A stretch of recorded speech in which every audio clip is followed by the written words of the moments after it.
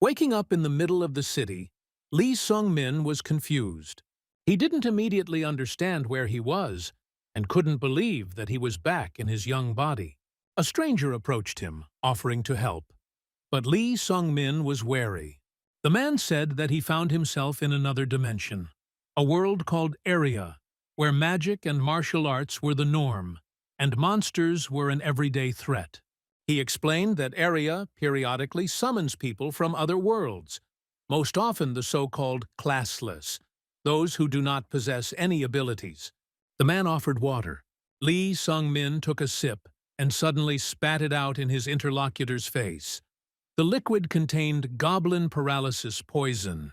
The man screamed in pain, not understanding how the guy had figured him out. But Lee Sung-min confessed.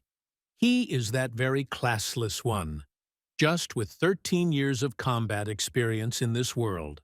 He deftly pulled the dagger from the man, stabbed him, and left. The loot was modest, 100,000 eras and a dagger, but better than nothing. He knew for sure that he had arrived 13 years ago. Back then, in his past life, he was a poor S-rank mercenary, with no magic, no special abilities, no future. One day, in a dungeon, he found an ancient chest, inside of which was a strange stone. It turned out to be the Stone of Return, which worked at the most critical moment, and returned him to the past. From then on, he vowed to change everything. The first thing Lee Sung-min did was go to a chiropractor and have an operation to strengthen his body, upgrading his skeleton to the level of a low-ranking martial artist. He also learned the heavenly concentration technique, a basic but rare discipline for accumulating spiritual energy. These two steps opened the way to development that he had not had before. In his past life, he had missed this chance. He hadn't known that classless could be strengthened if done in time. Now, he knew. He also knew that soon the master who was performing the enhancement would die, and the chance would disappear for everyone. He had a third goal left, participation in the Colosseum tournament, which was to take place in a year. The tournament was for out-of-class only, and he had ignored it in his previous life. This time, he was preparing. But before the tournament, it was necessary to survive, find housing, and a means of subsistence. He went to buy armor, but the prices were too high. The merchant initially laughed at Song Ming's offer to buy the equipment in installments, but the boy was persistent. He ended up getting the armor on credit. It might have been a risk. The man might well have been plotting a deception, but Lee Sung-min knew that the armor increased his chance of survival, and so it was worth it. He remembered his first appearance in Area. Then he was scared and miserable. Now I am a warrior with 13 years of experience. Techniques came to mind. Lightning leap, skeleton of breaking steel, rock breaker strike. A goblin appeared ahead. He threw a spear at him, activating the technique Spirit Knockout Spear. His hand burned. That was the price for strength. But the guy just grinned. He was alive, and he had a chance. At this time, somewhere in another dimension, there was another guy.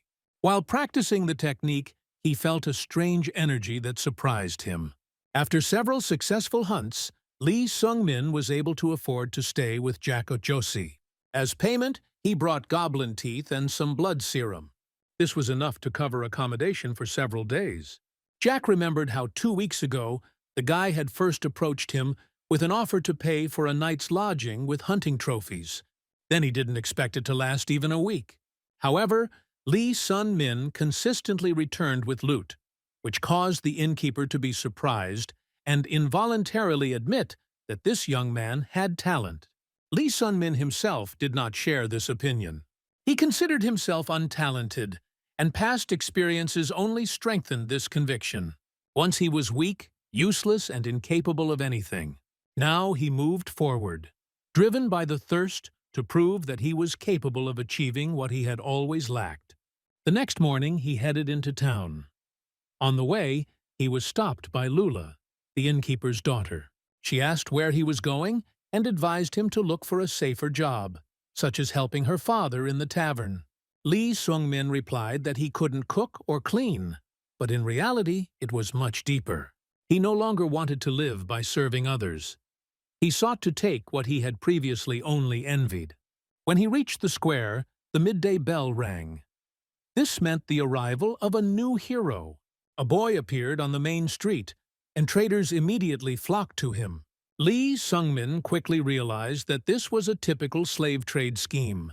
Another classless conscript was about to be sold into slavery. While he was watching, he ran into a massive man. An argument ensued, and he hit Lee Sun-min, sending him flying. Lee realized that his opponent possessed a third-level technique, the most basic, but still much higher than what he had. Despite this, he decided to attack back, using all the techniques available to him. However, his blows were useless. He noticed how the boy was handed water and shouted that it was poisoned. He immediately threw away the bottle.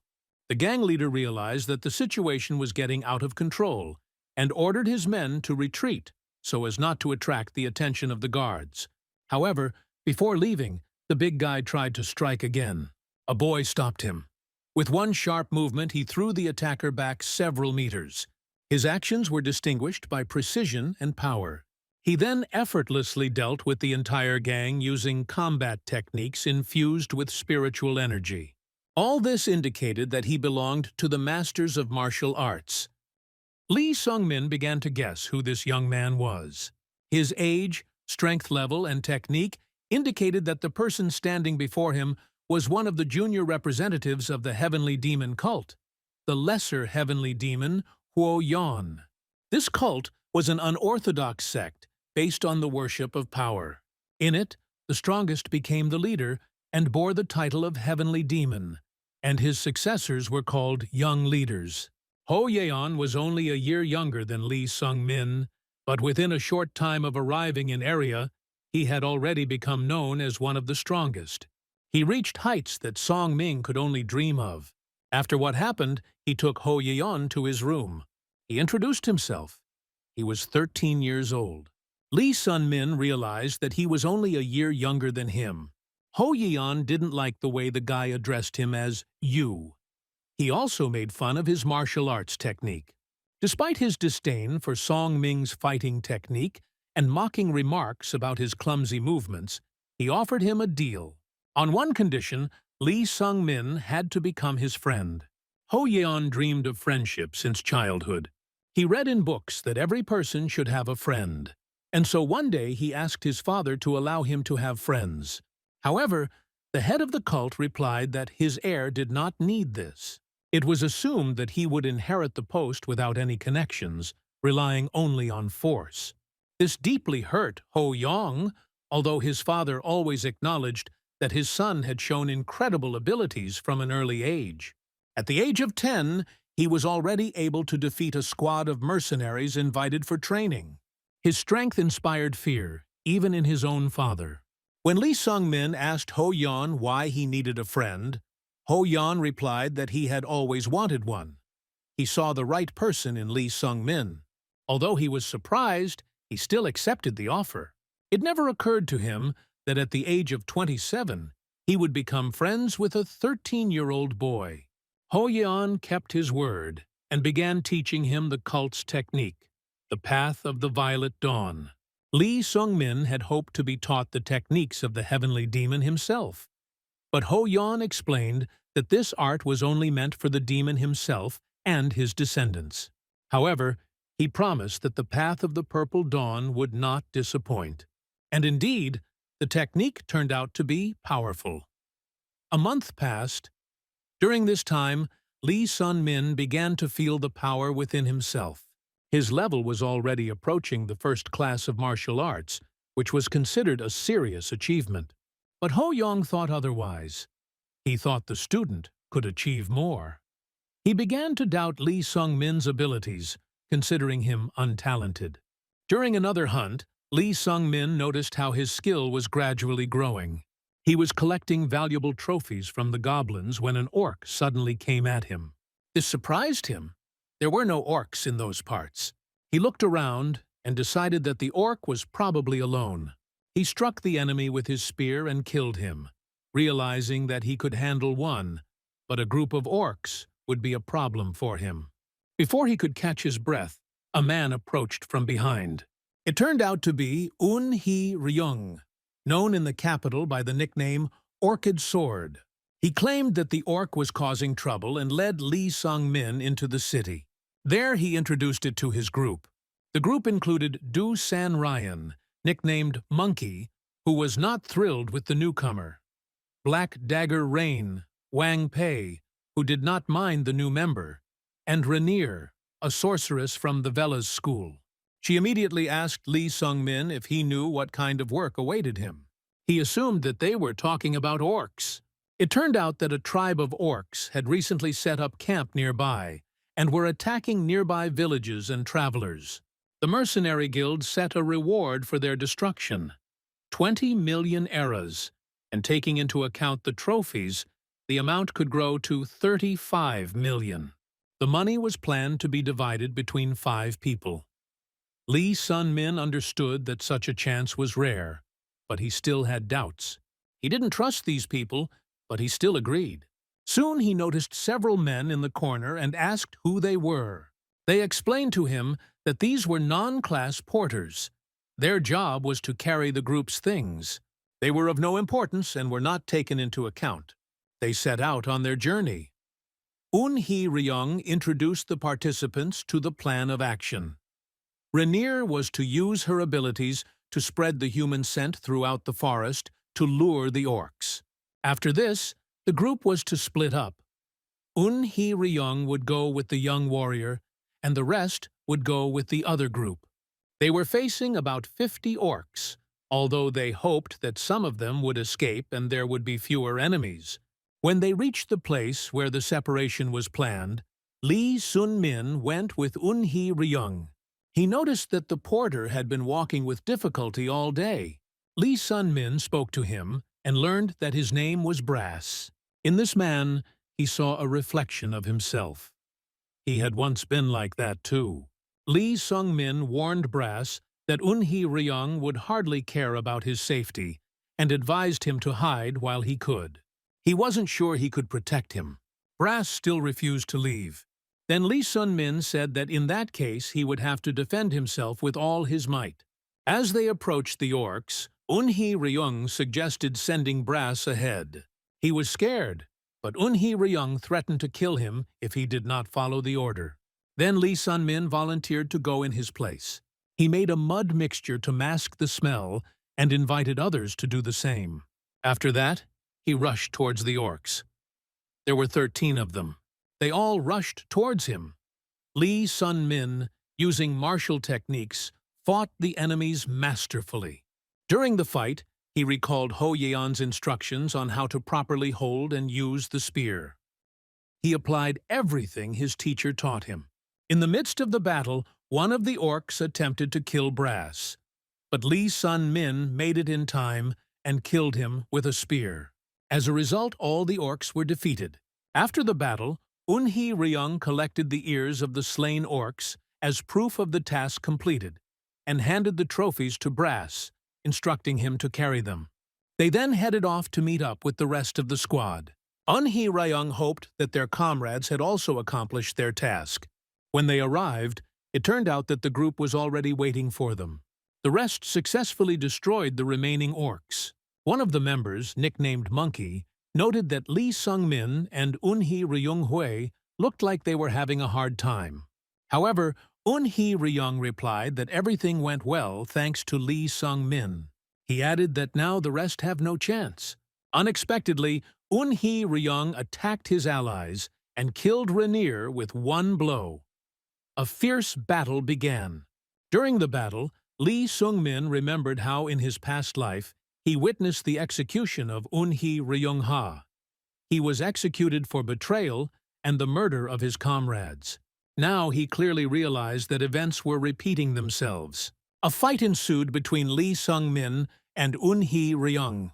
The enemy was confident of victory, but Lee Sun-min had added poison to the mud that everyone was using to mask the smell.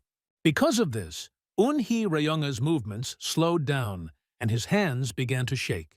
Lee Sung-min understood that if Eun-hee Ryung killed Monkey, he would have to fight a strong enemy alone. In order to survive, Eun-hee Ryung took Brass hostage. During the battle, Brass died, but Lee Sun-min still managed to kill the traitor. Together with Monkey, he went to the guild and handed in the proof of the task. There they received the reward and divided it equally. After this, Lee Sun-min returned home. Ho Yeon met him and asked where he had been for so long. The guy replied that he was on a mission, but was upset that he couldn't save the man. Ho Yeon looked at him carefully and asked what else he was hiding. He still had questions that he couldn't find answers to. While Lee Song-min was away, he walked around the whole of area and saw many classless people leading a miserable existence. Meanwhile, Lee Sun-min himself, on his very first day in area, went hunting and killed a goblin. Lee Sun-min remarked that anyone in his place would have done the same. However, Ho Yeon did not agree with him. In his opinion, not everyone is capable of taking the life of a living being. Despite his lack of natural talent, Lee Sung-min mastered the spear technique very quickly. This was what raised the main question in Ho Yeon's mind. How could an ordinary guy with no abilities manage to master martial arts in such a short time? Lee Sung-min realized that he could not give a reasonable answer, and admitted that it was his secret. Ho Yeon then proposed a trade. He would reveal his secret if Lee Sung-min shared his. However, the guy replied that he was not interested in other people's secrets. Ho Yeon decided to go further and offered not only to reveal his secret, but also to teach him 2 techniques. Lee Sung-min noted ironically that it was useless, since he did not have the ability or energy to master them. In response, Ho Yeon stated that he was ready not only to reveal the secret and teach the techniques, but also to transfer a quarter of his energy to him. This proposal truly surprised Lee Sung-min. He did not understand why he was so generously sharing his power. Ho Yeon answered simply, he was very curious, and he suggested starting with himself. He took off the elastic band from his hair and admitted that he was actually a girl. Throughout her childhood, her father forced her to pretend to be a boy, since only a son could inherit the throne. Lee Sung-min was shocked by this revelation. He did not expect such a turn of events. He admitted that he was afraid to reveal his secret, fearing that after that, Ho Yeon would no longer consider him a friend. However, she assured that this would not happen. Then, Lee Sun-min revealed himself. He had died in his past life and was reincarnated in the body of a boy. Ho Yeon was shocked, but said she believed him. Despite the many new questions, she decided to put them off. First of all, it was necessary to share your energy. Qi is the vital energy that martial artists accumulate throughout their lives, using it to enhance their abilities in combat. It is this energy that allows them to perform superhuman feats. With the help of concentration techniques, warriors gradually increase their energy potential, devoting their entire lives to this. This is the basis of a fighter's true power. Ho Yeon informed Lee Sun-min that his energy vessels were contaminated, making it difficult for him to transmit qi. The transfer of energy was a rare occurrence, and it was up to Lee Sun-min himself how much he could receive. Ho Yeon advised him to use the technique of the Path of the Purple Blossom and transferred some of her energy to him. The amount of energy was colossal. Even in his past life, he had never felt such a quantity.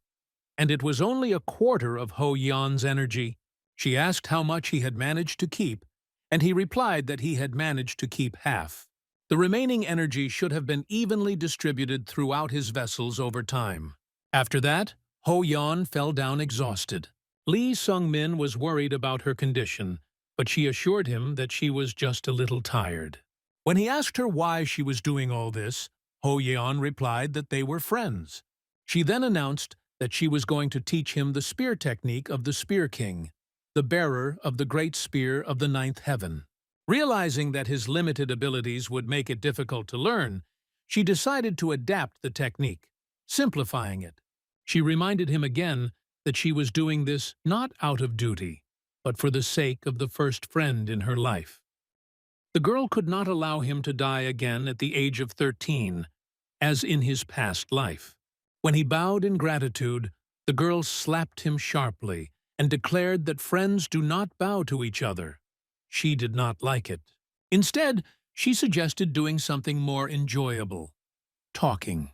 Ho Yeon asked him to tell her about her in his past life. Lee Sung-min admitted that he had only heard rumors about her.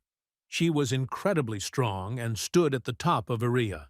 But just a month after she arrived in town, she disappeared. No one heard from her for 3 years. The girl assumed that she was traveling because what she valued most was freedom. She said that it was the desire for freedom that brought her to this world, where she met her first friend. Ho Yeon added that she would leave in exactly 1 month, just like in his previous life.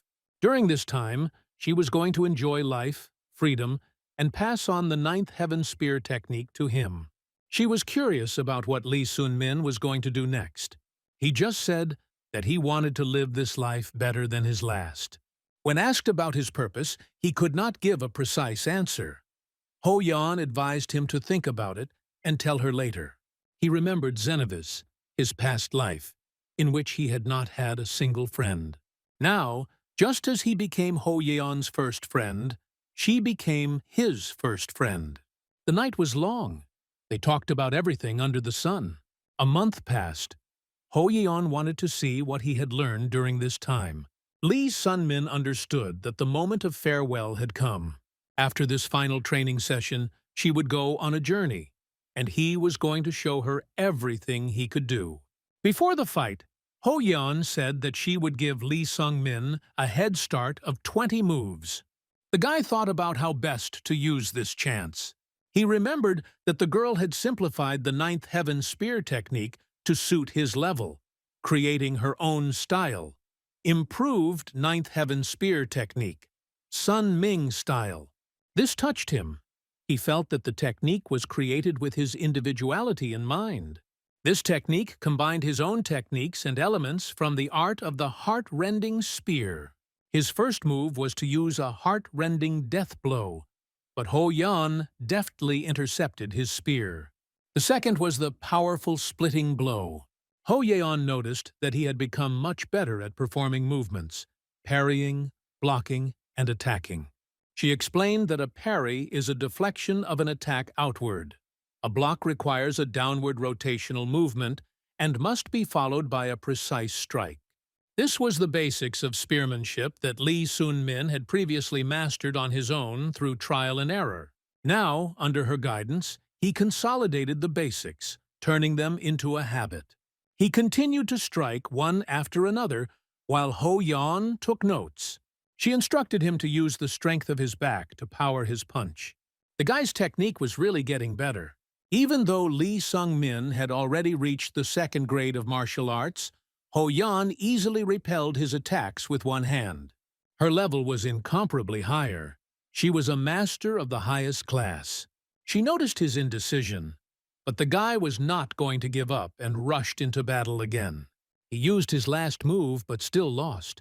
Ho Yeon tried to console him by praising him for his good reaction and ability. Despite his humble origins, he was born for martial arts, she said. She believed that in 10 years he would be able to reach outstanding heights. The training went easily, and the girl was pleased with the results. She was especially impressed by the last movement. She suggested that they meet in 10 years. She reminded him that she had asked him about his goal earlier, and again he didn't know what to answer. Then Ho Yeon suggested, let her be his goal. After all, a person needs a goal. Otherwise, he is like a boat without a rudder. She suggested to Lee Sun-min that he promise himself to defeat her in battle in 10 years. The guy, however, felt an insurmountable gap between them. Ho Yeon was a genius from birth. She probably had access to elixirs, support, and everything he didn't have. He always felt like a nobody, especially after living in Area. Ho Yeon noticed his depression. She hated this feeling of inferiority in him. It was repulsive. His self-abasement and withdrawal into memories of past failures angered her. This also affected Lee Sung-min himself. She recalled how, without any abilities, he rushed at a boar, how he survived in the mud, how he spent his past life in poverty. Now he studied with a real master and reached the second grade in 3 months. This was his chance, but he still lived under the pressure of the past. Ho Yeon reminded him he had a new life and a new opportunity. Lee Sung-min was angry, both at himself and at the fact that a 13-year-old girl was lecturing him. He agreed to make her his target, but only so that he could one day fight her and plunge a spear into her heart. Ho Yeon didn't object. She promised to wait for their duel. Then she came too close to him so that her nose touched his cheek. He became embarrassed and pulled away. The girl asked him if he liked her like this. She promised that in 10 years she would become a woman of such beauty that he would be speechless. Then he would not be able to call her a child. From that moment on, Lee Sung-min had 3 goals. The first was to survive. The second was to make up for the lost opportunities of his past life. And finally, the third was to defeat Ho Yeon in a duel. At parting, she said that she was looking forward to their meeting in 10 years, and he promised that they would definitely meet. After Ho Yeon's departure, Lee Sung-min focused on his own goals. The first step was a tournament among extracurricular students.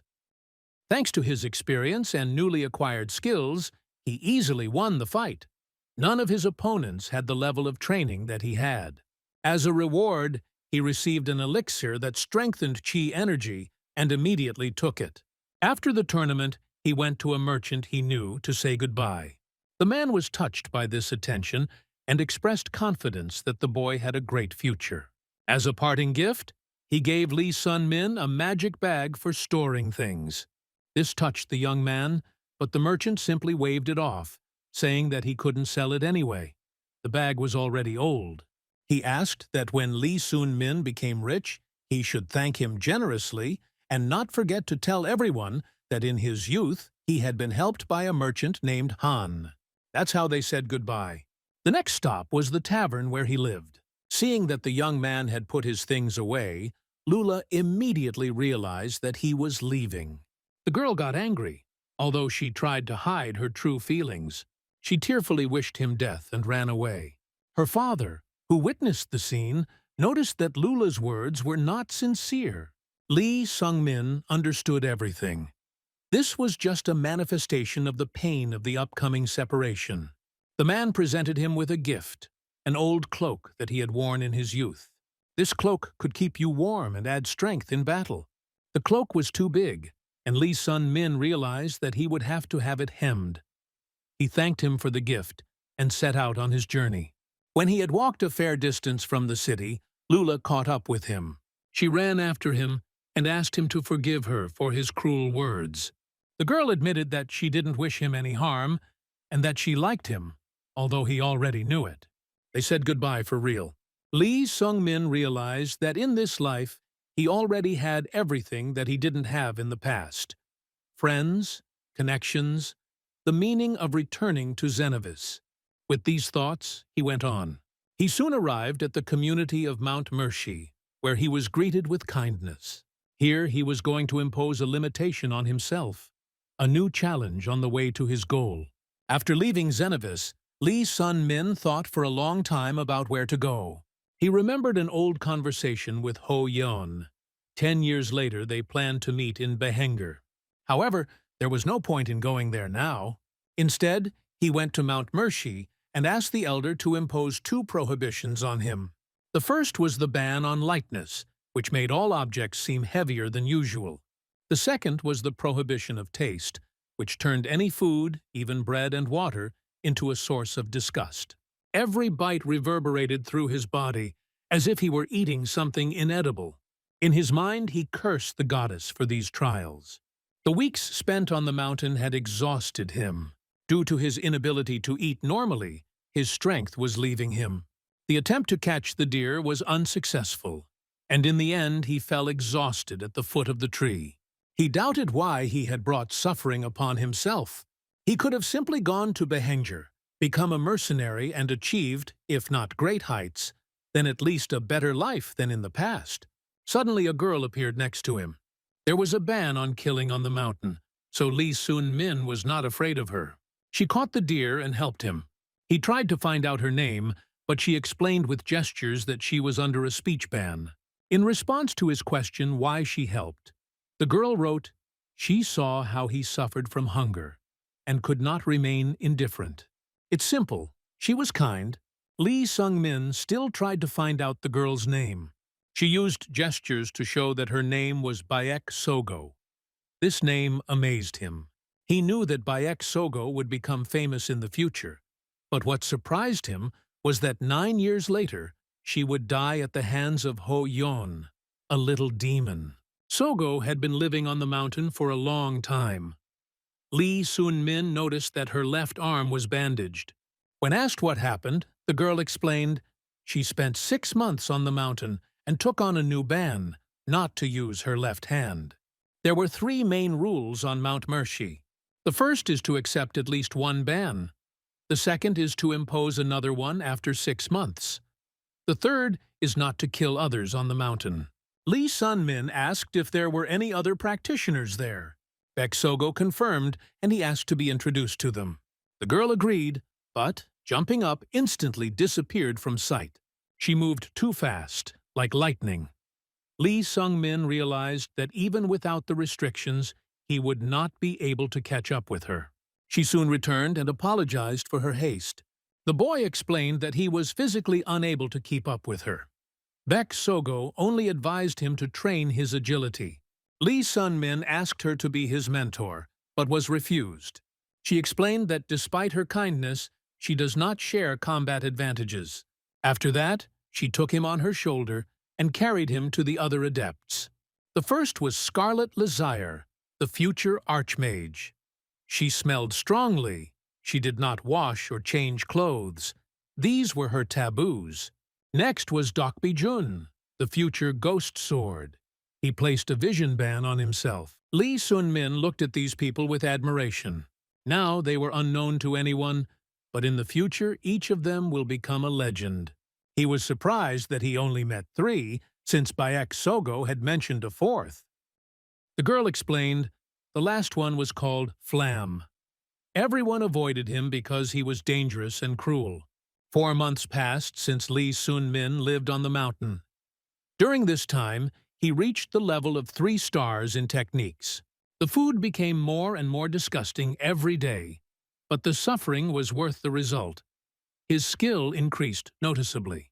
In the midst of his thoughts, he noticed a young man about his own age. He introduced himself. His name was Flam. Scarlet had previously told Lee Sung-min about Flam. All the adepts living on the mountain came here to train and overcome themselves, but Flam was different from them. He got everything without effort. What others had to suffer and fight for, he got with ease. When Lee Sun-min met him in person, Flam immediately noticed the wariness in the young man's gaze. The boy asked in surprise what was the matter, since he had only said his name. Lee Sung-min politely introduced himself in response.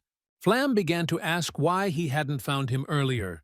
They could have become friends, but Lee Sung-min abruptly said that he had no time for conversation.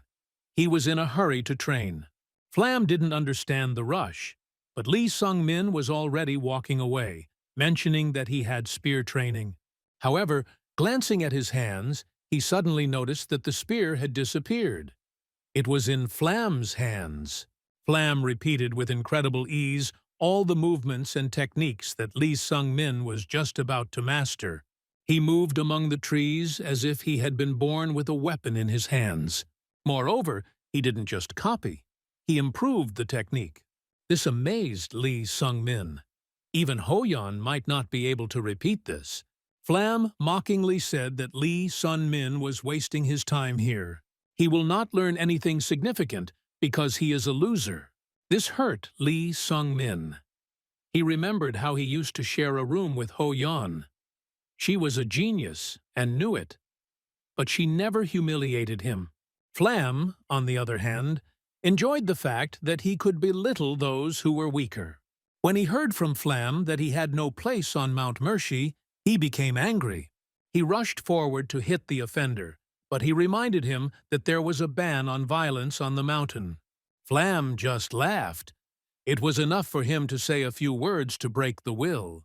At that moment, Bayek Sogo appeared. She looked at Flam warily. He assured that they were only training and handed Lee Sun-min his spear. He added, however, that real progress is only possible through more severe trials. Before he could finish speaking, Baek Sogo quickly covered his mouth. But Lee Sun-min had already understood everything. He turned around abruptly and ran. Baek Sogo tried to stop him, but she was powerless. She couldn't scream because of the speech ban. So Lee Sun-min went to the goddess Mershi to ask for a new ban. Lee Sun-min's prayers did not go unanswered. He found himself in the goddess's sanctuary. Mershi greeted him coldly. She did not like the fact that he had spoken rudely about her earlier. She warned the young man that if he dared to speak like that again, he would be punished.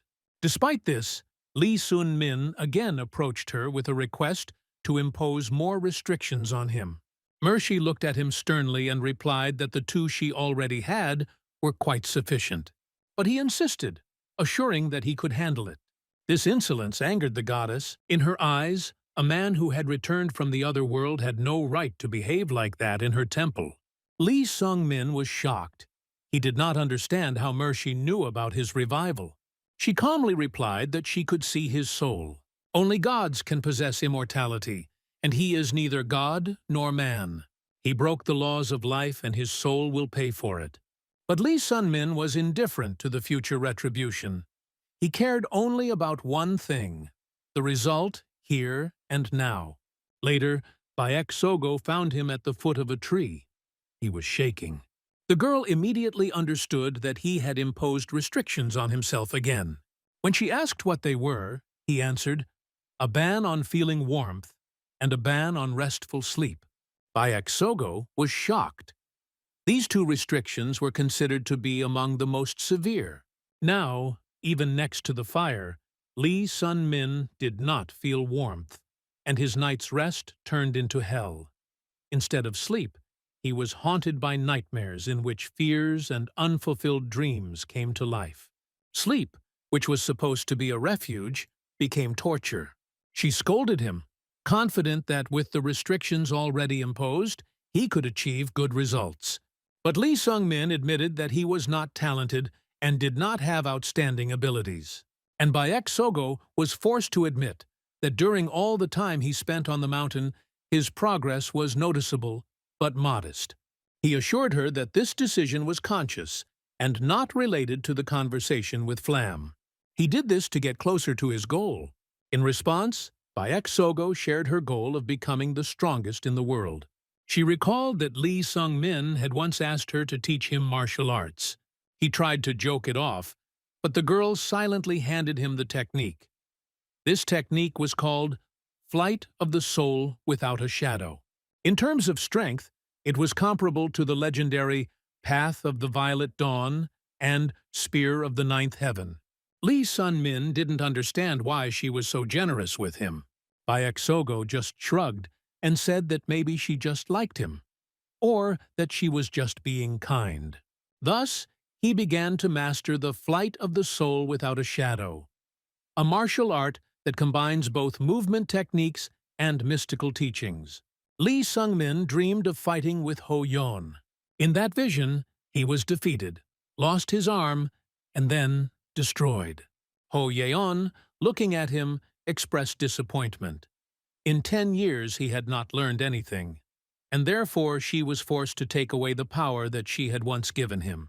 Waking up in a cold sweat, he felt completely exhausted and was unable to continue training. Scarlet came to him soon after. She brought the magic scrolls she had prepared at Bayek Sogo's request. She asked her and Dokbi Jun to support Lee Sung-min, and they couldn't refuse. Scarlet told him about magic and gave him 3 abilities. The first is clearing the mind to combat nightmares. The second is to lighten the load in order to weaken the effect of the prohibition of gravity. The third is the restoration of endurance, which could not be used often so as not to harm the body. Later, Lee Sung-min trained with Dokbi again. Although he lost again, His mentor noticed that the young man had become a little stronger. After the training, he felt sick again. He was shaking and didn't feel warm. Dokbi helped by pressing on the blood vessels to warm up the body and reminding how important it is to take care of yourself. Lee Sun-min knew that he couldn't have done it without the help of others. He wondered why he met so many kind people. In the old area where he lived, kindness was almost non-existent, and this caused him inner unrest. Later, Scarlet discussed Sun-min's condition with Dokbi. She was surprised why he continued to help the guy, but they both understood. There was something about this guy that didn't allow them to pass by. And Lee Sun-min himself thought that it was just a coincidence. He was lucky to be near those who extended a helping hand. Almost another half-year had passed since Lee Seong-min's arrival at Mount Mershi. During this time, he made significant progress. His punches became impeccably accurate, his movements were polished, and his training never stopped for a day. Flam appeared on his way again. He looked at Lee Sung-min with arrogance, comparing him to a maggot that was persistently crawling forward. In his eyes, the guy looked pathetic but resilient. He hoped that Lee Sung-min would give up, but he continued to move forward no matter what. Flam noted that he had probably imposed a speech ban on himself. Convinced of this, he wanted to see what Lee Sung-min could achieve. His technique, learned from Baek Sogo, was perfected. Every movement became flawless. Even Flam was forced to acknowledge his progress, although he still believed that Lee Sung-min would never reach his level. However, Lee Sung-min continued to believe in himself and that he would be able to defeat him one day.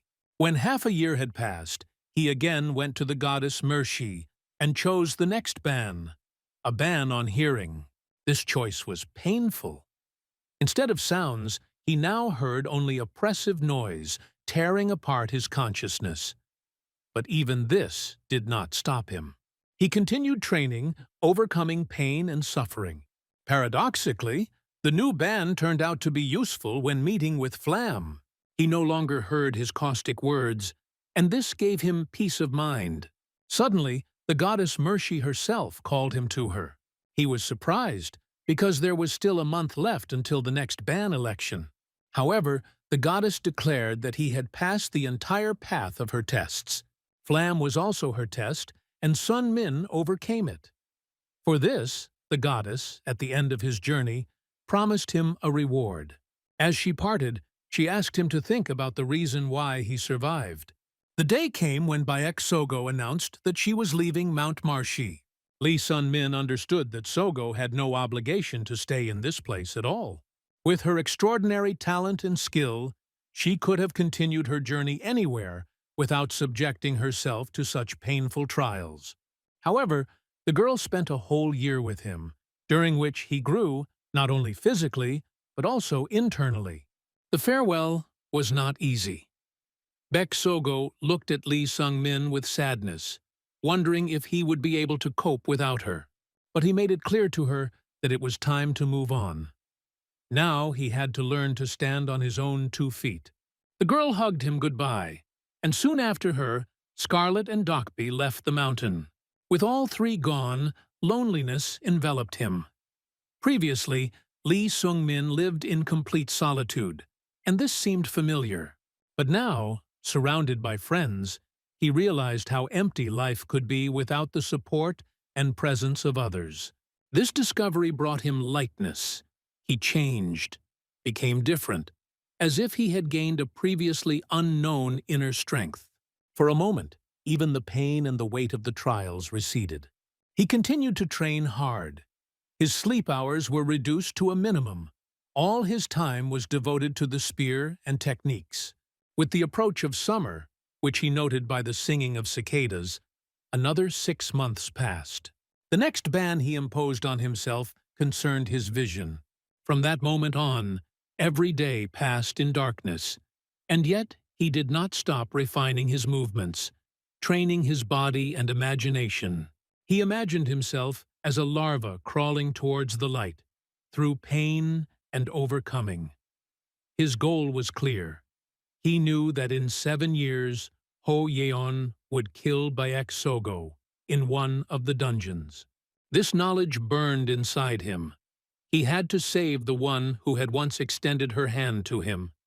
He had only 7 years to achieve the power to change fate. Months passed. Cold weather came, replacing summer. Time moved forward inexorably. And so one day he approached the sanctuary on the top of Mount Mershi, ready to complete his path of trials. When Lee Sun-min finished his stay on Mount Mershi, the goddess removed all prohibitions and burdens from him. The noise in his ears disappeared, his body was filled with lightness, his mind became clear. He could see, hear, feel again, and this filled him with inner joy. Everything he had ever lost during training was returned. The goddess Mershi said that throughout her immortal existence, she had seen many people who were trying to walk the path of the mountain. Some died under the weight of the trials, others left, unable to bear the pain. Only a few managed to reach the end. Lee Sun-min was one of them. 3 years spent in this harsh place made him worthy of a special reward. As a token of gratitude for the trials he had passed, the goddess promised to reward him generously. When she asked what he wished for, Lee Sun-min asked for the power of martial arts, but Mershi admitted that she could not give such a gift. Instead, she offered something else: time. The time it takes to achieve power through one's own efforts. She handed him a sign and told him to go to the city of Drymur. There, if he presents this sign to the god of time, Danir, and passes his test, he will be granted more than he hopes for. Before parting, Mershi prepared another gift, an invitation to the Erebus Guild, an organization engaged in the distribution of rare artifacts and potions. The guild was closed and elitist, so much so that even a goddess was part of its circle.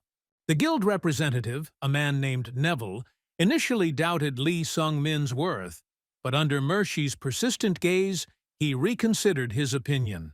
He recognized the spark of talent in the young man and signed a contract with him, making him an official buyer of Erebus. As a sign of approval, Neville personally gifted the boy. His worn-out clothes were transformed into new, clean robes, and his hair became neat again.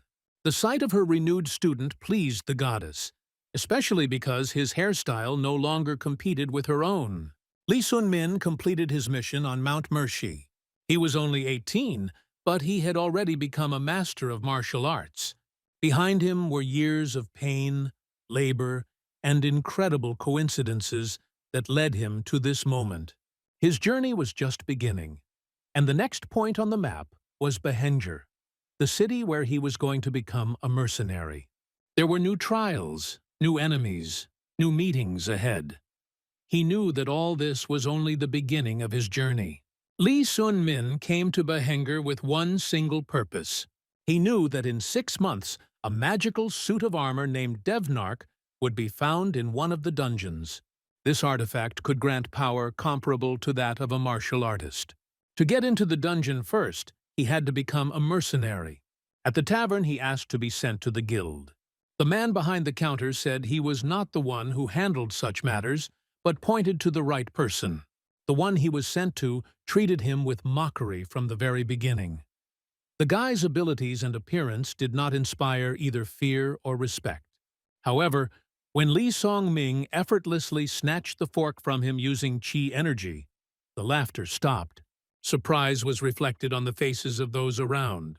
The innkeeper, who turned out to be a magician named Baron, looked at the young man differently. He wasn't just the owner of the establishment, he was the head of the guild. Although Lee Sun-min technically deserved to be ranked S in the guild, the rules required him to prove his strength in action. So he ended up in a squad where his partner was a mercenary named Lud. The young man recognized this man. They had crossed paths in a past life. He had deliberately enrolled in the same Hylud as in his past life. They were given a mission to destroy an ogre in one of the nearby forests. However, everything went wrong from the very beginning. The forest was too cramped for a creature of such size, and there was no sign of its presence anywhere.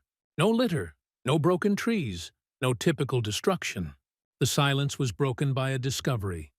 The mutilated body of a deer. It had been torn apart, but the meat had not been eaten. This was worrying. Ogres acted differently. It became clear that this was no ordinary monster. Their premonitions were confirmed. Soon, a strange noise spread through the forest. Tension thickened in the air. A creature emerged from the shadows, the sight of which alone made the blood run cold. It was not an ogre, but something else. A chimera ogre appeared before them. The ogre chimera turned out to be a monster that went beyond the ordinary understanding. Like all chimeras, it was created from parts of various creatures, but its base was the body of an ogre. The ogre itself was already a dangerous enemy, but interbreeding with other monsters turned it into a real disaster. Even S-rank hunters would rather not engage him in combat. Lud, realizing the level of threat, hid behind the trees and watched the events unfold. He knew the bounty on this monster would be the same as on a normal ogre, and the risk seemed unjustified. Dying here in the wilderness would be stupid. However, he could not leave his partner alone either. An internal struggle prevented him from making a choice. Meanwhile, Lee Sun-min entered the battle. His spear slid across the chimera's skin without leaving the slightest trace. All strikes, even the most precise and accurate, did not bring results. He quickly realized that standard techniques were powerless here. Then he aimed at the eyes, the most vulnerable part of the monster's body. The tip of the spear pierced the eye socket, but instead of a death roar, a terrifying scene followed. The eye began to regenerate. Lud, who had been watching the battle, finally realized the nature of the creature. This was not just a crossbreeding. There was clearly troll blood in it, a monster with the ability to rapidly regenerate and adapt. Physical destruction of a chimera is almost impossible. While Lee Sung-min was retreating, trying to rethink his strategy, the chimera ogre went on the offensive. But the young man did not give up. He knew that too much was at stake.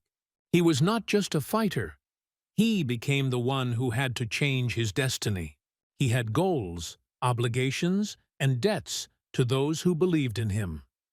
Dying here, in the shadow of a nameless forest, was unacceptable. Lee Sung-min's mind was filled with Ho Yeon's lessons, the 3 spear techniques she had passed on to him like a legacy. Before leaving, the girl asked for one thing: to sharpen them daily, without missing a single day. He fulfilled her request with the utmost seriousness. Every day, in any weather, in any pain, he repeated the movements until his body remembered them better than his mind.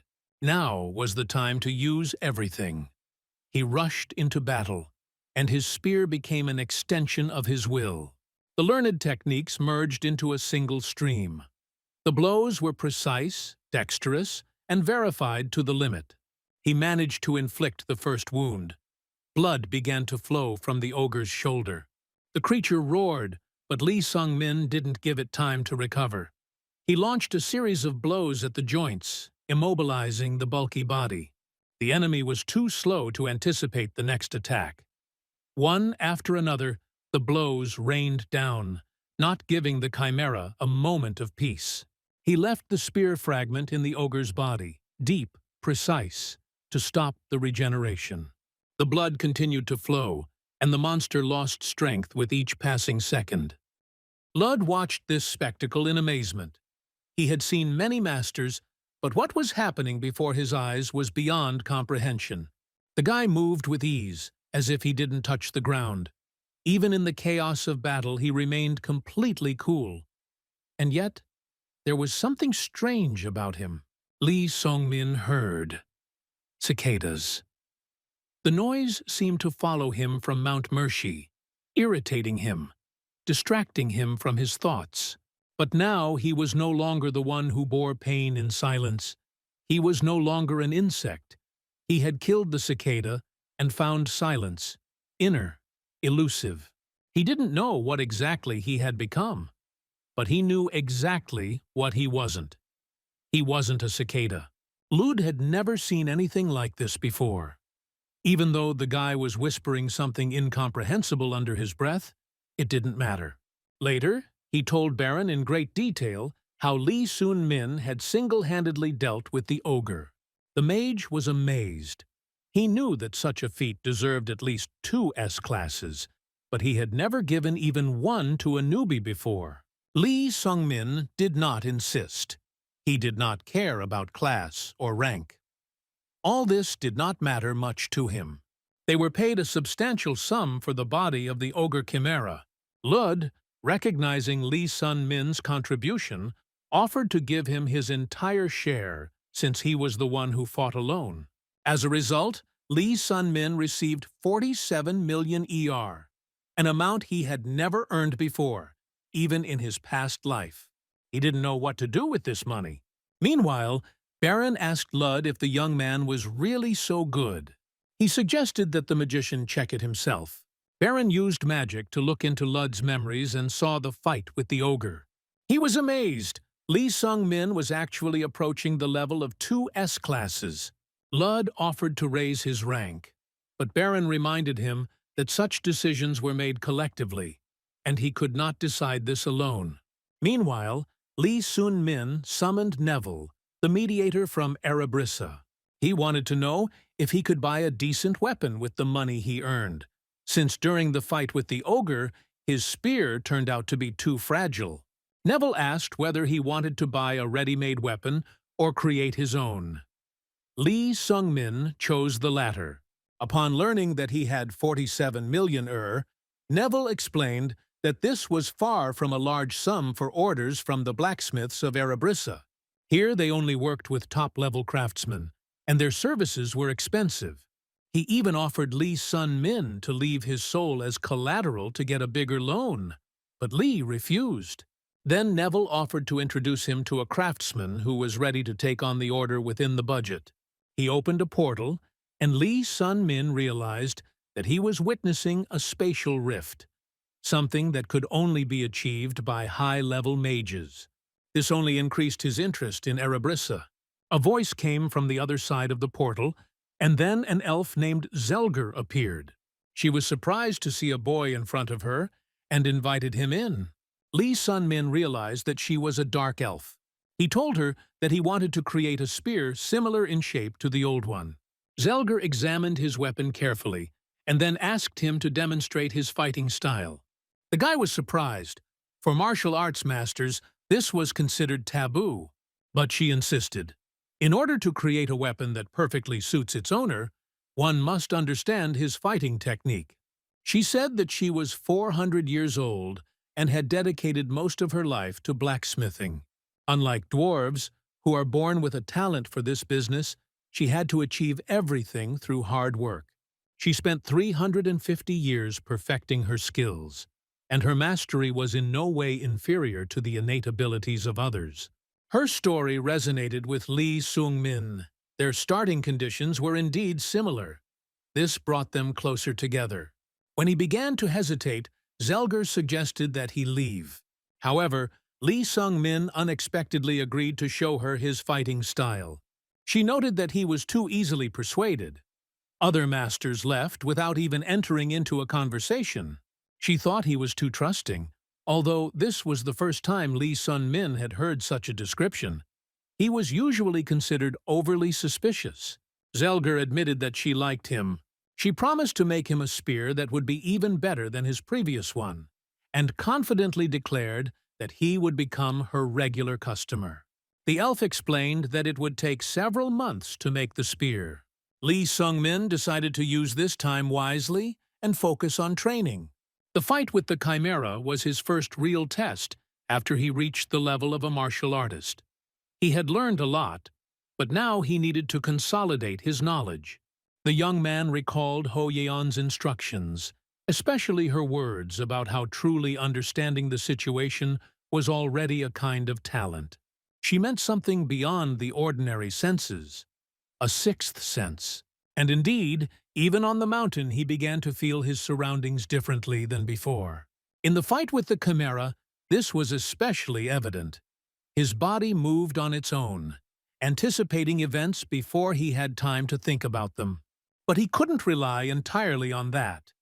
The training had sharpened only part of his perception, and that had created an imbalance that could become dangerous. The next morning, he went to the mercenary guild. Baron, upon seeing him, immediately asked if he was ready to take on a new task.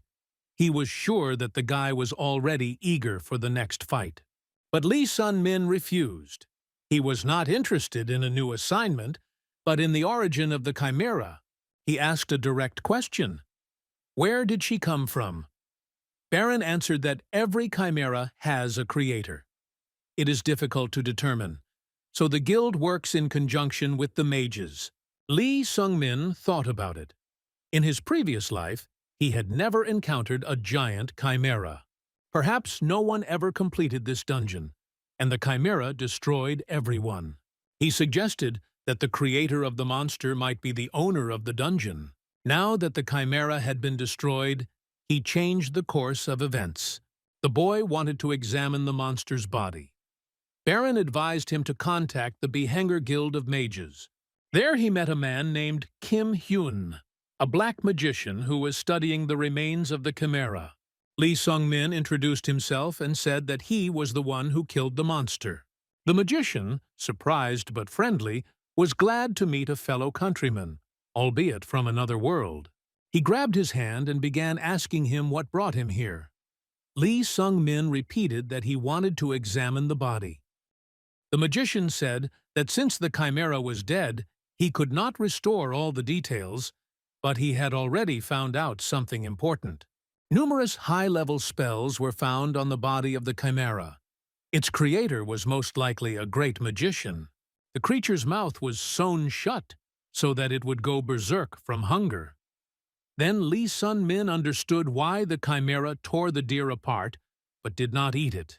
The magician suddenly changed his tone. He felt that Lee Sun-min's cause and effect relationship was broken. He was surprised, but the magician explained that he had the ability to read souls. He said that in his place he would have gone crazy long ago. The picture that opened up in the guy's soul was frightening. Lee Sung-min confessed that he would suffer after death. This only confirmed the magician's suspicions. Kim Hyun proposed a deal, an oath on mana. Anything Lee Sun-min told him would remain a secret. If he broke the oath, he would die. The guy agreed. He had nothing to lose. He admitted that he was a regressor. He returned to the past after death. The magician was shocked. He wanted to find out what the broken connection was.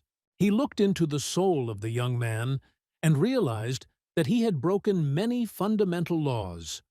For this, he would face monstrous karma. But if he understands where exactly the connection was broken, he can fix it. However, the magician did not have time to finish. Something strange happened right then. The magician began to choke with pain. Blood came from his eyes.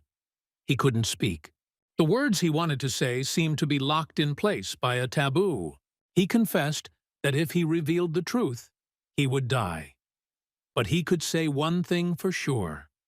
Lee Sun-min's life no longer belonged to him. The guy left, stunned. He was tormented by questions. He remembered how in Mershi, someone tried to interfere with his conversation with the goddess. Suddenly a female voice called out to him. It was a girl who recognized him. She said with certainty that it was he, the boy from Mount Mershi. They had not seen each other for a long time. The girl said that he had grown a lot. Lee Sun-min couldn't remember her and asked her name. The girl was offended. It was Scarlet Lesser. He remembered her completely differently. Suspicion flared up in him, and he decided that she was lying. This stung Scarlet, and she hit him hard in the face. Despite this, Scarlet was truly happy to meet Lee Sung-min. She asked who he had visited in the guild. The guy answered without hesitation that he had visited a dark mage. The girl visibly tensed up. She admitted that she herself was afraid of this man and asked him to stay away from the magician. He was too dangerous. Before leaving, hurrying about her business, she threw over her shoulder that he could drop in on her when he was at the guild. Lee Sun-min was left alone with his thoughts. He returned to what had happened on Mount Mershi. Then the goddess wanted to tell him something, but someone had interrupted her. Now the same thing happened to the dark magician. They tried to convey the truth to him twice, but some force prevented it. He began to understand that all the events in his life were not accidental. They were links in one chain. This realization made him feel uneasy. To avoid getting stuck in his thoughts, he decided to focus on current affairs and distract himself with work. On the way, he met Lud, who said that he was going to hunt more monsters and invited Lee Sung-min to join him. He agreed. During their joint missions, a strong friendship developed between them. Over the course of 2 months, they completed various missions, received awards, and worked well together. One day, after another mission, Baron approached them and said that a certain person wanted to meet with Lee Sun-min. This name made the guy freeze. It turned out to be Zeon. Lud asked in surprise if he knew him. Lee Sun-min couldn't help but know. Zeon is the captain of the Torch Squad, which has over 100 fighters. One of the 3 SS-ranked mercenaries in Behinger, a master of the highest level of martial arts, a man who has passed through 100 levels of Shaolin. In his past life, Lee Sung-min admired him. Among the many heroes, he chose Zeon as his idol, perhaps because he, like himself, was classless. At the meeting, Zeon invited him to join the Torch Squad. He needed fighters like him. To prevent the guy from thinking too long, he handed him an energy pill, a rare elixir from the Shaolin Temple that increases the amount of internal energy. However, in exchange, he demanded that a contract be signed. Lee Sung-min read it and was surprised. The conditions were strict. Zeon explained that this was a precautionary measure to keep the fighters under control. He added that if Lee Sun-min told him about his martial arts style, he would receive an even more powerful pill. He asked who would agree to something like this. Zeon confidently replied that everyone who wanted to become a mercenary in Behinger went through this. When the meeting ended, Lud eagerly asked Lee Sun-min what he had decided. Lee Sun-min replied that he had, of course, refused. He had no intention of signing a slave contract. Lud noted that this could cause problems. Too many people in Behinger were subservient to Zeon. He suggested leaving the city before things got worse. Lee Sung-min remembered that in his previous life, he had also refused Zeon's offer. At that time, he did not know whether he had done the right thing. Now there was no doubt.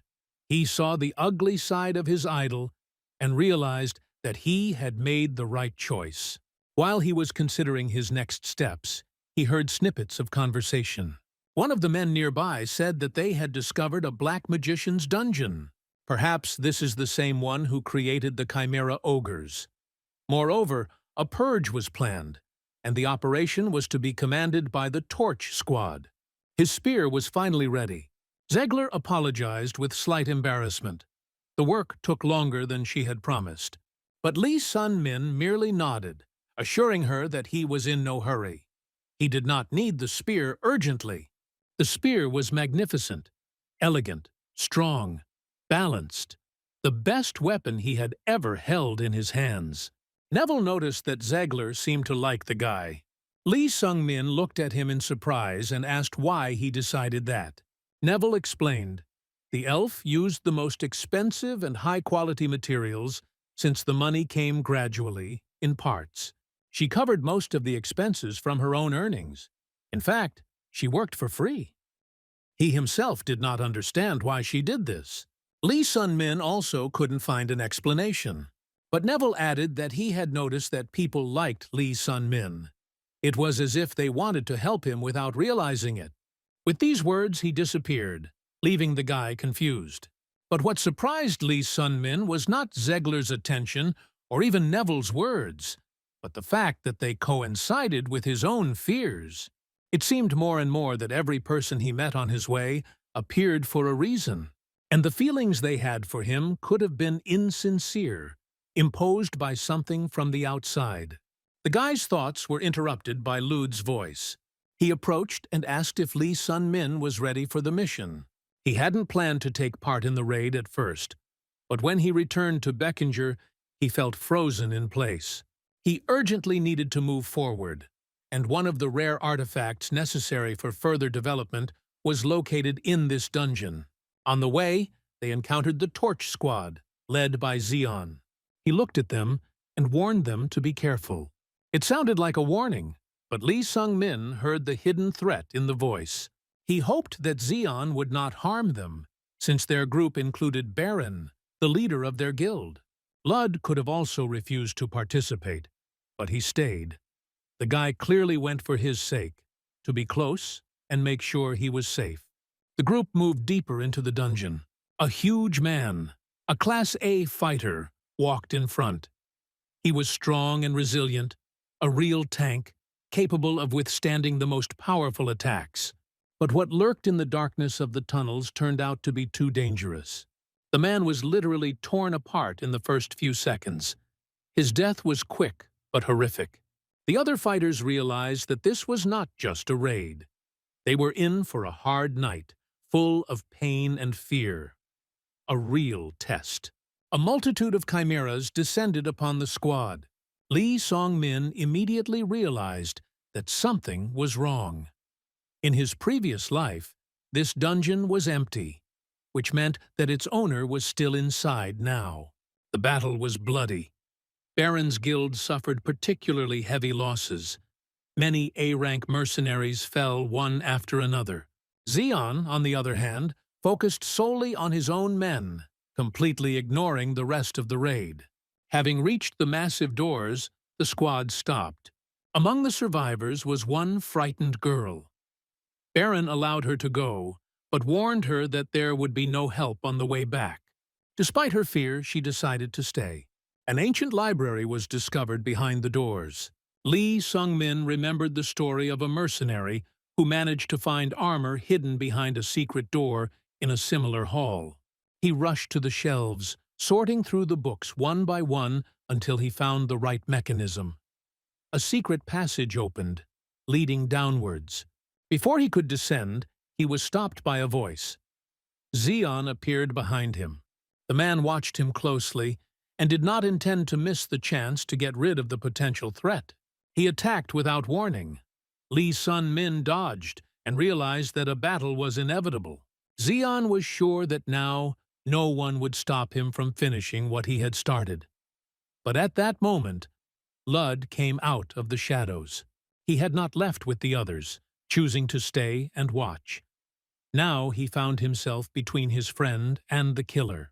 Lee Sun-min realized that he had no chance of surviving in an open battle. Without thinking, he grabbed Lud and dragged him down to the armor, to the only chance for salvation. But Lud broke free and stayed behind to hold off Zeon for at least a moment. As he was already descending the steps, Lee Sung-min noticed out of the corner of his eye how Zeon's fist pierced Lud's body. Pain and rage hit his chest, but he couldn't stop. Lee Sung-min was seething with rage. Lud was dead, his only friend, the only one who truly cared for him. The loss hit him like a weight, and without thinking, he rushed at Zeon. A fierce battle began. The guy managed to parry the blows, but each time he felt how hard it was to hold back the enemy's onslaught. Zeon clearly surpassed him in strength and combat experience. Having noticed the spear, at some point he knocked it out of Lee Sun-min's hands, wanting to examine the weapon. But the boy snatched it back, not wanting to part with what symbolized his efforts and path. And then it happened. The armor, which had been resting in the corner until now, flashed with light and teleported straight to Lee Sung-min's body, as if responding to the call of its owner.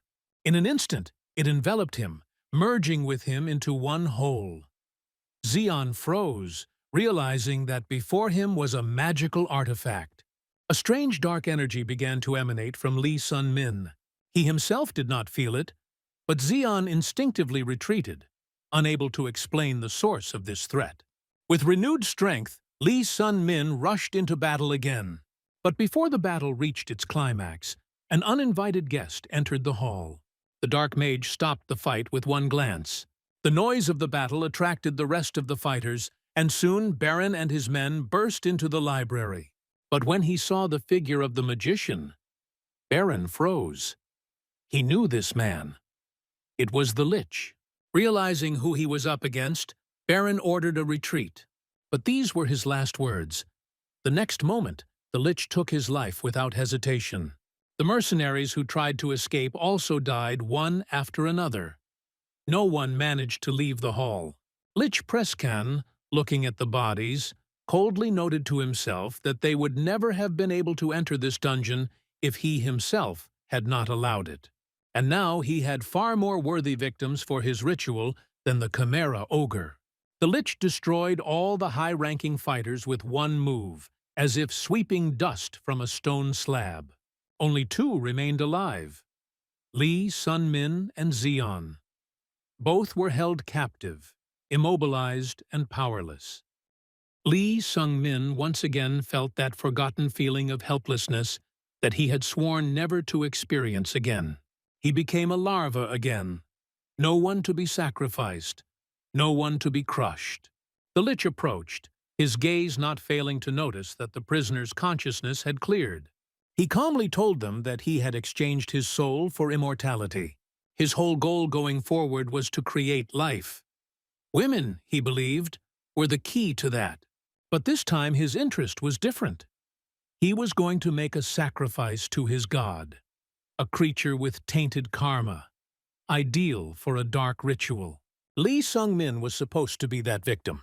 The magician raised his hand and struck, but at the moment before the ritual was completed, he was stopped by an unknown force. God rejected the sacrifice. The lich was beside himself. He couldn't understand why. Who is this guy? Why did the darkness he worshipped turn away from such a fitting offering? Looking for an answer, he touched Lee Sung-min's head, wanting to see everything for himself. And then, everything disappeared. The boy's consciousness returned in silence. He was alive. The dungeon was empty. No lich, no other bodies. Just an echo in my head, and familiar, forgotten sounds returning with their former strength. The whispers he had heard from the very beginning of the journey were heard again inside. Suddenly, a telepathic call broke through the noise.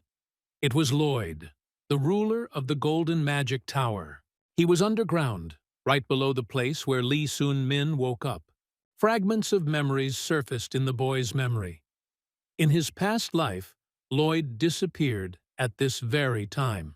The mage was seriously injured and unable to move. He contacted Lee Sung-min in a desperate attempt to save himself. The guy headed down towards the source of the signal. Traces on the floor and destroyed artifacts indicated that a real battle had recently taken place here. Lloyd was barely breathing, but his mind was clear. He begged Lee Sun-min to help, but not for himself. He asked him to destroy the heart that Lich had created. This organ, which contained something dangerous, could not be left. Lloyd was sure it had to be destroyed, otherwise the consequences would be irreversible. Lee Sung-min approached and, without thinking twice, plunged his spear into the pulsating heart. Something strange happened. Instead of exploding or dying, the heart shattered into many pieces, disappearing into thin air. A system message appeared before Lee Sung-min's eyes. He had received the Black Heart. He didn't understand what that meant. Hours before the heart was inserted into Lee Sung-min's body, Prescan, mortally wounded, was stumbling to escape. One question tormented him. Who was that guy? He used mind-destructive magic to pull out the memories from Lee Sung-min's mind. But it was this spell that was reflected while all the others worked as usual. This alarmed him. The Demon King of Terror refused his gift. There was almost no strength left. His mana was running low. He needed bodies to recover. He began to heal his wounds and noticed that one of the men, bound by magical chains, was alive. He was pretending to be dead. Prescan immediately realized that this man was strong, since he managed to free himself. It was Zeon.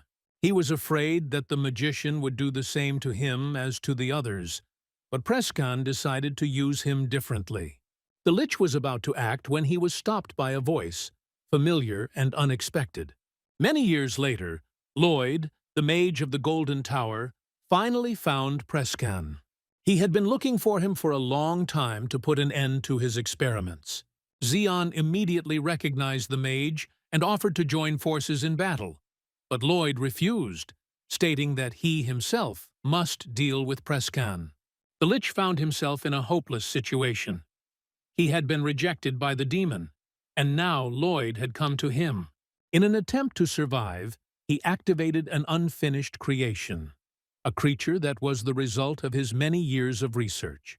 Although his body and heart were not yet fully ready, Prescan decided to use what he already had. The mana streams around him were distorted. Lloyd did not understand what exactly Prescan had created. Lich himself called it a being that embodied the highest evolution. During the battle, the mage released a powerful spell, but his attack was stopped by a girl, Prescan's daughter. She took the blow on herself, absorbing the magic, and immediately revealed her essence. Her first victim was the captain of the strongest guild, Betrayal. He died in a second. The creature tore out his heart before he realized the danger. Everything happened quickly and chaotically. Lloyd used up all his magical power, but was unable to change the outcome. Prescan took his daughter and disappeared. Later, Lloyd told Lee Sun-min everything. Song-min himself did not see any battle or destruction. He lost consciousness immediately after the ritual was completed. But now he felt that there was something alien and dangerous inside him. Lloyd, feeling grateful for his rescue, promised Lee Sun-min a reward. Anything he wanted. But the young warrior refused immediate reward, leaving the right to it for later. He understood that if Lloyd learned the truth about the absorbed heart, he would most likely try to kill him immediately. Prescan, formerly the master of the Black Magic Tower, was exiled for violating magical prohibitions and was sentenced to destruction. It was Lloyd, the mage of the Golden Tower, who was assigned to carry out this mission. He spent 10 years searching for the evil sorcerer, and only thanks to the raid incident was he able to find him. Lee Sung-min recalled that Lloyd, in his previous life, probably died in that very cave. The raid then began later, and he disappeared without a trace. But now, after the regression, everything went in a different direction. Those who were supposed to survive died, and he remained alive. He began to realize how narrow his worldview had been. The real hero of the past world was Xion, whose team could destroy monsters with ease. But in this life, the balance had changed. Lee Sun-min was overcome by heavy thoughts. He increasingly compared himself to a larva slowly crawling forward, and he wondered what level Ho Yeon had reached. After the raid, he was in the guild. A familiar voice called out to him. It was Kim Hyun, a magician he knew. He noticed the armor on Lee Sun-min and, surprised by its appearance, asked permission to take a closer look. Lee Sun-min agreed and asked a counter-question. What kind of armor is this? The mage explained that in front of him was a contract type of artifact, armor associated with the Demon King. By putting it on, a person gains power, but after death, his soul becomes the property of the demon. However, Lee Sun-min did not feel any effects from wearing it, which puzzled the magician. There were two possible explanations. Either Lee Sun-min did not have the necessary potential to form a contract, or he already had a contract with a being more powerful than the Demon King himself. The magician was leaning towards the second option. Lee Sung-min remembered how Prescan was surprised by the Demon King's refusal to accept his sacrifice. The mage confirmed that the boy could use the armor without fear. The artifact contained many useful spells, including the ability to turn into a bracelet activated by mana. Lee Sung-min then recounted how Prescan tried to offer him up as a sacrifice, but the Demon King rejected the offering. Kim Hyun found this extremely strange. Not only did the guy not go crazy after looking at the demon, but he also remained unaccepted. He asked if Lee Sun-min realized what this meant. He suggested that his soul might be higher than the level of a demon king, but the magician could not confirm or deny this guess. When Lee Sun-min reported about the absorbed black heart, the mage noted that if it was indeed created by Prescan, it might be even more useful than the armor. But he could not give a precise explanation. He named God as the only source of possible answers. Lee Sun-min remembered how the goddess Mershi sent him to Dreamer to meet the god of time, Denir. He asked the magician if he could give him answers. Kim Hyun confidently confirmed this. Despite the knowledge he had gained, Lee Sung-min's mind only became filled with more questions. He realized that he had to go to Dreamer immediately. Scarlet, watching him leave Kim's, was clearly worried. She had previously warned him not to have anything to do with this magician, not expecting anything good from him. Lee Sun-min justified himself by explaining that he had no other choice. Only Kim could give the answers he needed. Scarlet asked about his condition after the raid, and he assured her that he was fine. When she asked about his future plans, he said that he was going to Dreamer. He had important business there. The girl, without hesitation, offered to accompany him. Scarlet noticed that Lee Sun-min didn't seem particularly excited about her decision to accompany him, but he assured her that he was glad to have her company. In fact, he was truly grateful for her support. Later, after returning home, Lee Sun-min again found himself caught up in dark thoughts. The question never left him. Why do people so easily sympathize with him? He knew that the reason lay in the internal energy that his body emitted. This energy inspired trust, drew people to him, but made the relationship illusory. He remembered Lud, who became his comrade for this very reason, and died for the same reason.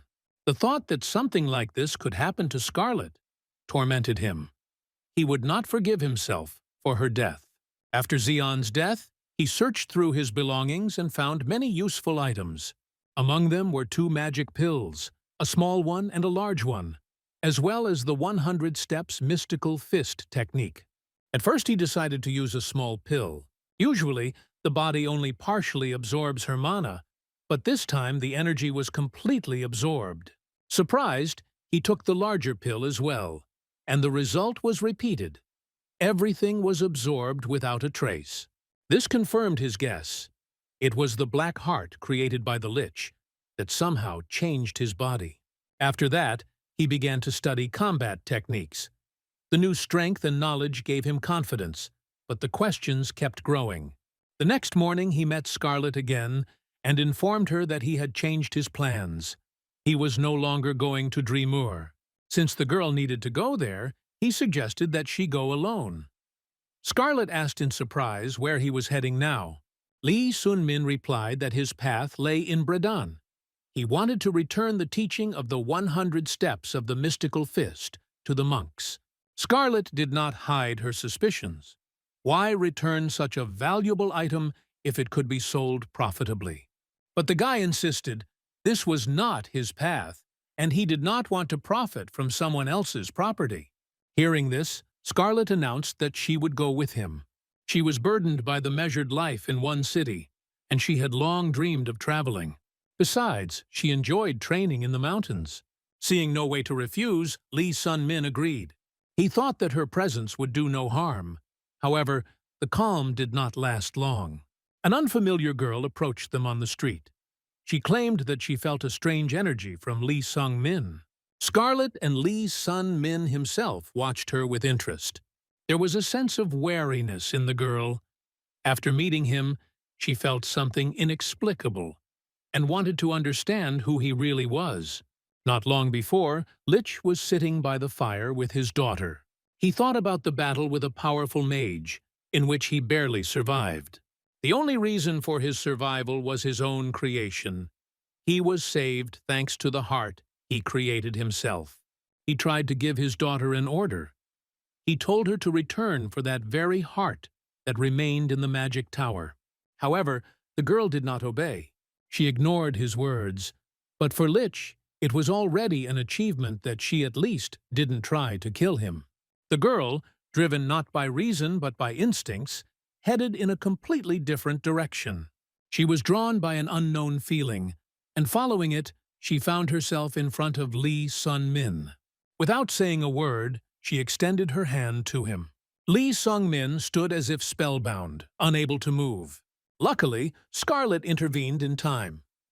With the help of magic, she repelled the girl's attack and pulled Lee Sung-min back, warning him that if he did not come to his senses, he would die.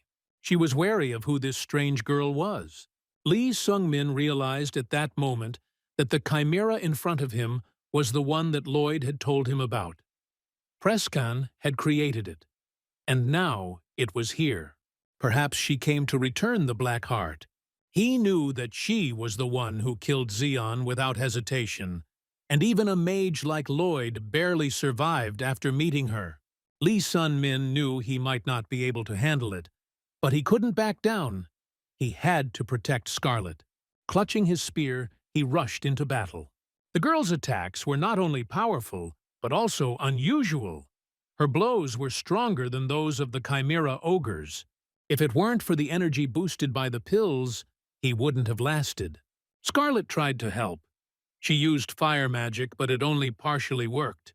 The girl had an extraordinary resistance to spells, but Scarlet's magic was different. It was her own, improved technique. She openly threatened to turn the chimera into ashes if it did not retreat, but the threat had no effect. The girl responded with a blow, and only Lee Sung-min's swift intervention saved Scarlet. During the fight, he finally realized the source of her power.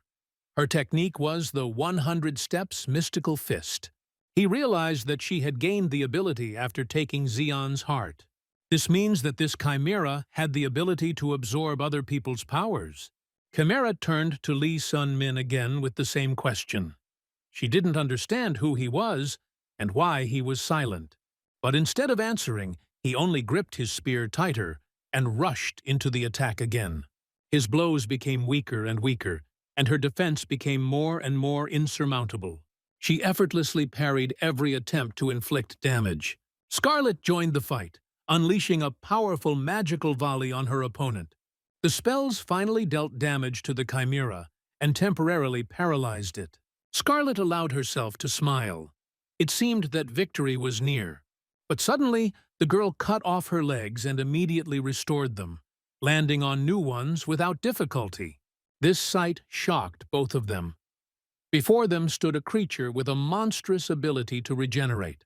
Scarlet assumed that such powerful restorations should drain her mana, meaning that if they could hold out a little longer, they would have a chance. She hoped that the enemy's source of magical power was limited, but she seemed to refute the very idea of limitations. An incredible amount of mana was pulsating around her. Realizing this, Scarlet knew they were in trouble. The chimera went on the offensive again. Lee Sung-min tried his best to protect Scarlet, but he was unable to avoid the blow and collapsed, seriously injured. Scarlet desperately begged him not to die. Immersed in pain and despair, Lee Sung-min felt a sense of his own insignificance growing within him. He remembered how on the mountain he tried to prove to himself that he was capable of more, but then turned away from this path. Instead of self-improvement, he chose the easy way out. He allowed himself to be seduced by the power of the armor, and now he was paying for it. But he didn't want to die. He couldn't. Gathering his last strength, he grabbed the spear again and rushed into battle. Putting all his will and strength into the blow, he pierced the chimera's fist. She stopped, looked at him in surprise, as if she had not expected resistance, and asked the same question again. "Who is he?" This time he answered. He did not look away, and despite the pain and fatigue, he said that he was Lee Sun-min. Lee Sung-min's strike hit its target. The spear pierced the chimera's flesh, and for the first time ever, it retreated. She looked at him in surprise and then said her name, Ain. Without waiting for an answer, wounded, she turned around and left, disappearing into the night. When Lee Sung-min came to his senses, he found Scarlet nearby. The girl reported that he had been unconscious for 3 days. His bones were broken, but fortunately he survived. And, strangely enough, he felt no pain. He realized that this was most likely the work of the Black Heart, the creation of the lich, contained within his chest. He asked where they were. Scarlet replied that they were in a village not far from where the battle had taken place. Then the girl looked at him intently and demanded the truth. Scarlet felt that he had secrets. Lee Sung-min did not hide it any longer. He admitted that he had a black heart, and that it was for this reason that he turned to the dark magician. Scarlet just sighed and admitted that she was even a little jealous of him. He now has what many lack, enormous power. Lee Sun-min, in turn, asked the question, why did she stay? After all, the chimera did not come for her, and she could leave at any moment. The girl was silent for a moment, and then told the story. She had once survived a war. As a child, she lost everyone dear to her. Since then, she avoided close relationships, feared attachment. But in his gaze, she saw the same pain, the same loss. And so she decided to stay. Scarlet added with a grin that, in fact, it was thanks to her that he remained alive.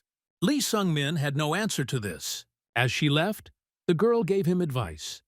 If he wanted to never lose those around him again, he needed to become strong enough to protect everyone. Only strength can save. With these words, she left the room, saying in the end that they would set out on their journey in the morning.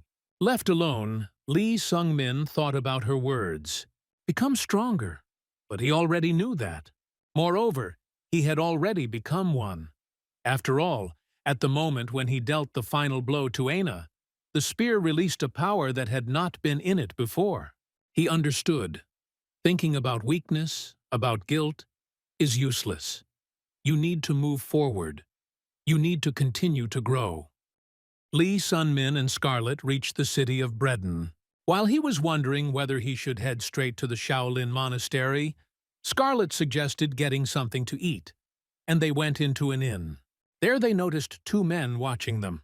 Lee Sung-min knew that they had paid attention to them because of his special energy. The man was looking for a conflict. Scarlet also responded rudely, provoking a fight. The man couldn't restrain himself and attacked. He was stopped by a man observing the situation. It turned out to be Namun Hiwon, a famous swordsman from the Namun clan. He became interested in Lee Sung-min and suggested that he might be the lesser heavenly demon Ho Yeon, one of the 3 outstanding masters of Area. Having received a negative answer, he expressed surprise that he had not heard of such a strong fighter before and suggested sparring. Lee Sung-min was surprised. Namun explained that in order to further develop his abilities, he needed a duel with a strong opponent. Lee Sung-min was not against a friendly duel. As a condition of the fight, Namun proposed that the loser would become the brother of the winner. Lee Sung-min agreed to fight Namun Hiwon, although he warned that he would hardly be able to live up to his expectations. From the first moments of the fight, he realized that his opponent possessed a high level of skill, at least a master, or even a supreme master of martial arts. They engaged in battle, and Lee Sung-min used his best moves including Soul Flight and 9 Heavens Spear. But Hiwon successfully countered them and maintained the advantage. Despite his efforts, Lee Sung-min lost his balance and gradually realized that his opponent's control of internal energy was superior to his own. He tried to compensate for this with a powerful energy push, but this maneuver was also unsuccessful. As a result, Lee Sun-min lost. Namun Hiwon admitted that Lee Sun-min fought with dignity, and that only a lack of experience was the reason for his defeat. He noted that over time he would be able to reach the same level. After the fight, he suggested that Lee Sun-min go to the Shaolin monastery together. And it turned out that was exactly where Lee Sun-min was heading. Scarlet, who was watching the fight, noticed that the battle was over and expressed surprise at the boy's overly friendly behavior. At the same time, somewhere far away, the monk sensed the approach of a powerful entity, the god of chaos. Lee Sun-min, along with Namun, Heewon, and Scarlet, arrived at the Shaolin Temple, where representatives of the four respected clans gathered every year. These visits were part of a long-standing agreement between the clans and a Shaolin monk named Bulin. He was appointed as the one who would one day determine the leader among the new generation, as the senior masters could not come to a consensus due to equality in power. At the temple, Lee Sun-min found himself in the center of attention. Heewon introduced him as his younger brother, emphasizing his skill level. This caused mistrust among the other participants, but it soon became clear that Lee Sung-min had great potential. Heewon left them temporarily to talk to Master Bulin. Lee Sun-min and Scarlet were invited to a dinner, which turned out to be modest, without meat, which did not please Scarlet very much. Soon the monks informed Lee Sun-min that Bulin wanted to see him. The meeting with him was unexpected. The monk, nicknamed the eccentric Buddha, called Lee Sun-min the favorite of the all-powerful god of chaos, a being beyond human understanding. When questioned, Bulin answered vaguely, stating that if he had fully revealed the essence, he himself would have become a god. He only said that in 5 years, Lee Sun-min would have to go north, where he would meet someone important. Bulin also mentioned that he was not speaking on his own behalf, but that a spirit was speaking through him, and he himself did not remember what was said. The monk then inquired about the secret manual that Lee Sun-min had previously taken from Zeon and accepted it back. As a reward, he gave Lee Sun-min a valuable circulation pill, despite the latter's protests, considering the reward excessive. During the conversation, Bulin mentioned Ho Yeon's name, which immediately caught Lee Sung-min's attention. He realized that she had also been to the temple and asked her to tell him more about her. Bulin agreed, but on one condition: Lee Sun-min would have to fight a future Shaolin representative named Ji-hak. Ji-hak easily defeated Lee Sung-min. The boy felt the familiar feeling of disappointment again. With Heewon, he could at least exchange blows, but now the defeat was crushing and unambiguous. The monk watched the duel and, after finishing, turned to Ji-hak. He was interested in his opinion of the young man. Ji-hak noted that Lee Sun-min had no experience, the energy within him was unstable, and his life vessels were so clogged that the flow of ki could not circulate freely. It was like trying to walk with one leg shorter than the other. It was a path that only led to a fall. The monk, who knew the essence of energy balance well, decided that the situation needed to be corrected. He asked Ji-hak to take Lee Sung-min under his wing and train him in control. In the future, unstable energy could not just be a hindrance, but turn into a disaster. The monk also liked Ho Yeon, and promised her that if Lee Sun-min ever showed up at the monastery, he would be helped. Meanwhile, Lee Sung-min himself inquired about Ho Yeon's fate. He had not seen her for a long time, and did not know what she had become. Hearing Ji-hak's story, he was stunned. The girl had already reached a level higher than the masters. Ji-hak fought her himself, and his defeat was even more humiliating than Lee Sung-min's. He didn't stand a chance. For Lee Sung-min, it was a revelation. While he was clinging to tiny progress, she had soared far ahead. The gap between them became frighteningly obvious, but instead of envy or despair, he felt determination. He admitted to Ji-hak Ho Yeon was his friend and at the same time his target. Her strength was inspiring. Ji-hak, hearing this, understood where the guy's unstable mood came from. Now everything became clear. The training began. Lee Sung-min was losing again, but he no longer saw defeat as weakness. He fell and got up. He fell again and kept going. He wasn't going to give up. In the evening, he returned to his companions and informed them of his decision to stay in the monastery for a while. Here he found what he had been looking for a long time: the way forward. Lee Sung-min's decision surprised Scarlet. His eyes showed no doubt. He was absolutely confident in his choice. He knew he had to become stronger, no matter what. As if testing his mood, she dealt him a few light blows. It had become a habit.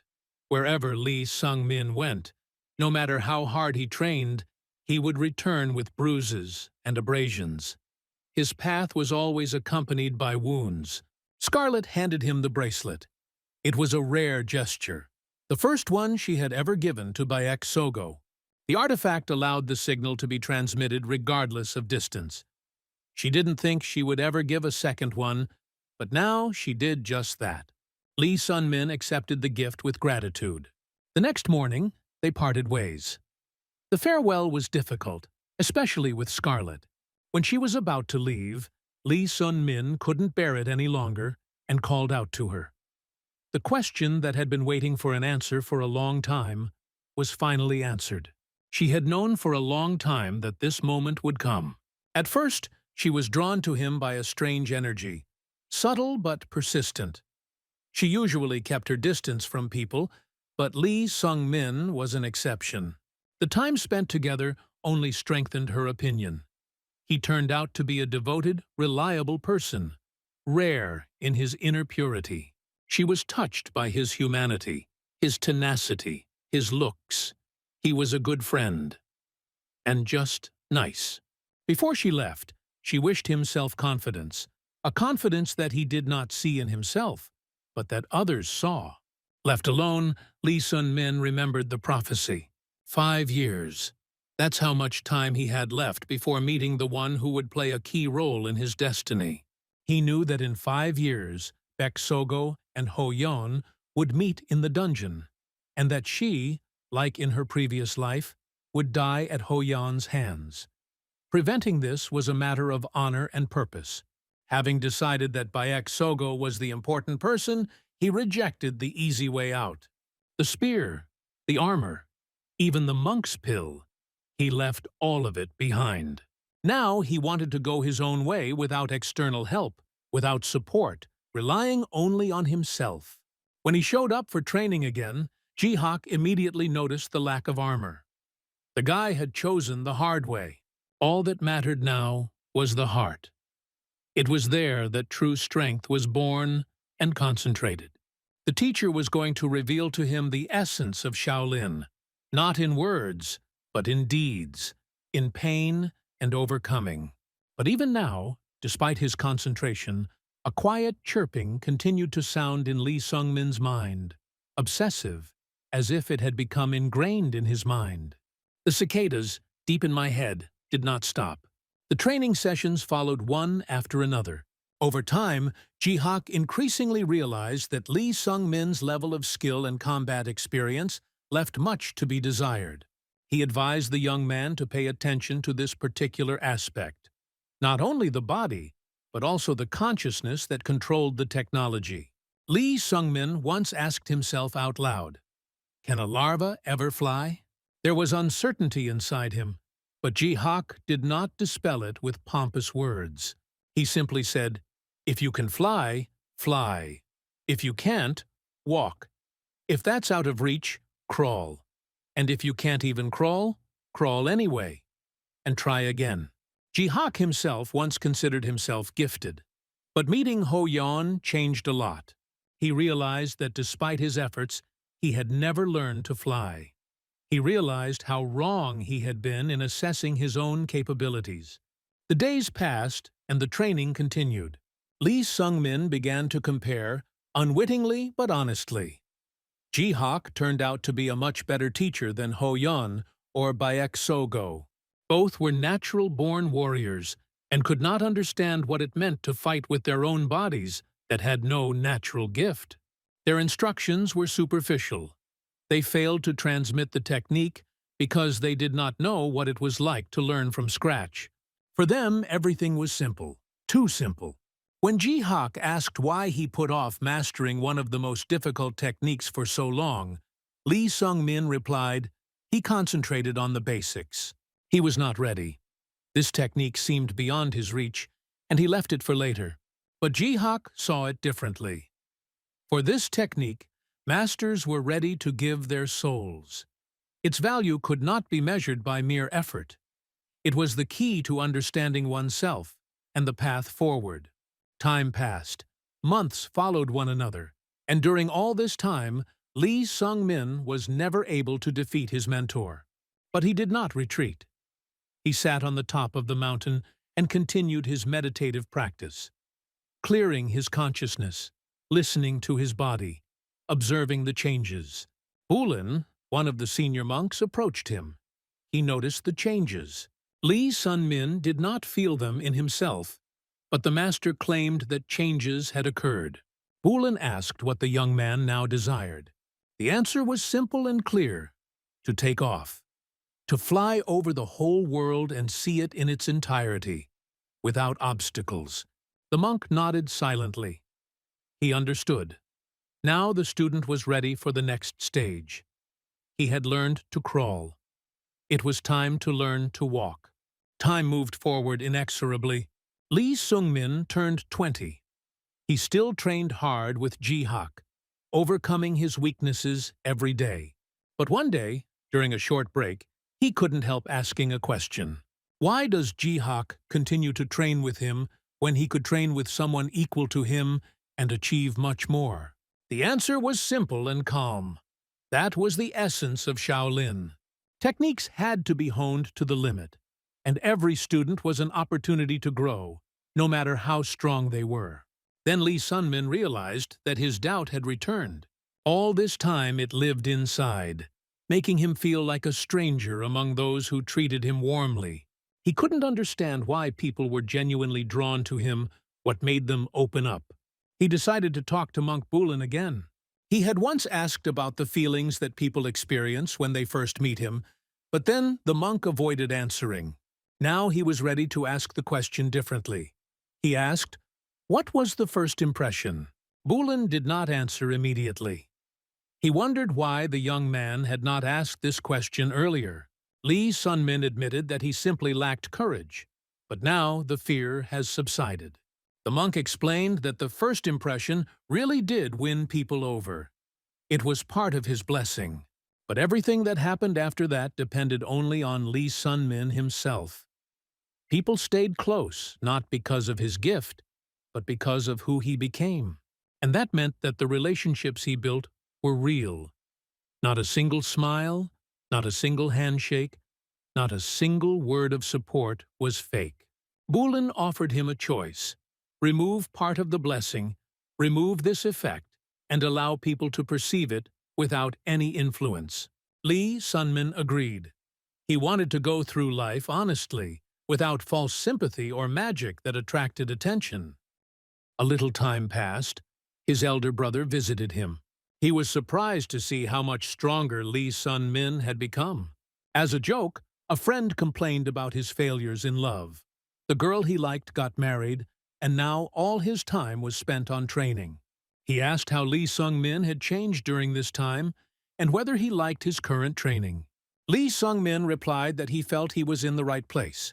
Then the friend noticed that the anxious feeling he had felt a long time ago had disappeared. At the time, it was confusing, even thought-provoking. Now it was gone. And that was good. Lee Sun-min agreed with a slight smile, so that's how it should be. Another year passed. Lee Sung-min turned 22, and at this age he left the walls of Shaolin. With confidence, a clear heart, and inner peace, he stepped forward to the next chapter of his life. Lee Sun-min received a letter from a monk that he had to deliver to Urumur.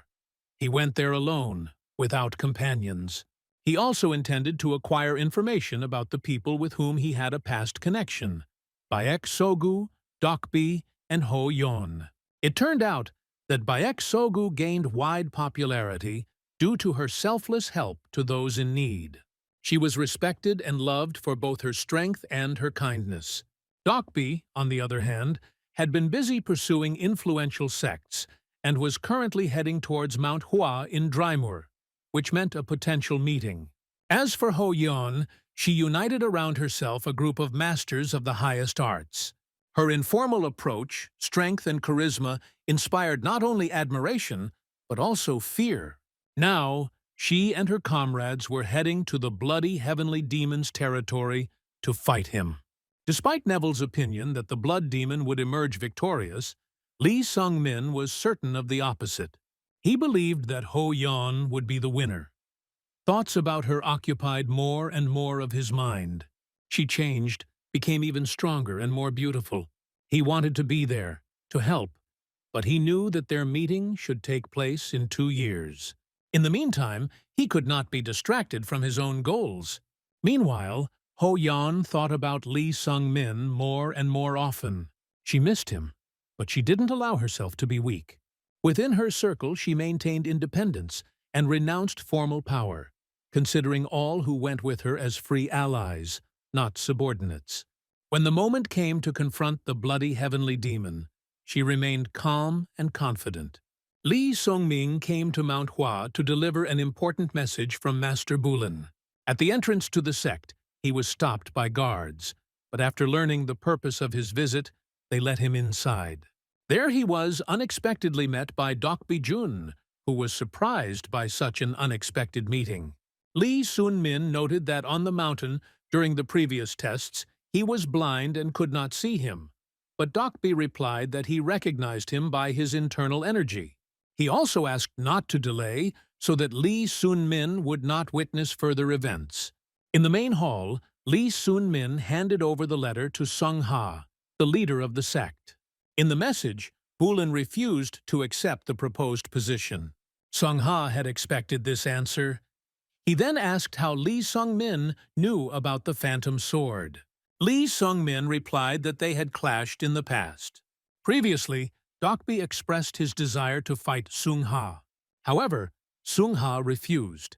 The phantom sword was too dangerous. Later, Lee Sung-min met Dokbi-jun again and asked him directly if he used dark magic. The man did not deny it. The guy told him that this was precisely the reason for the refusal of the duel by the head of the sect. When asked why he chose this path, Dokbi-jun replied that only someone who had reached the limit, who had felt the slipping away of strength and the inevitability of old age, could understand the reasons. He asked if Lee Sun-min had ever felt such great despair that he would sacrifice his pride for the sake of the forbidden arts. Not hearing an answer, Dokbi decided to end the conversation. Lee Sung-min left, deciding not to judge him and to focus on his own goals. He began searching for the temple of the time god Denir that Mershi had mentioned.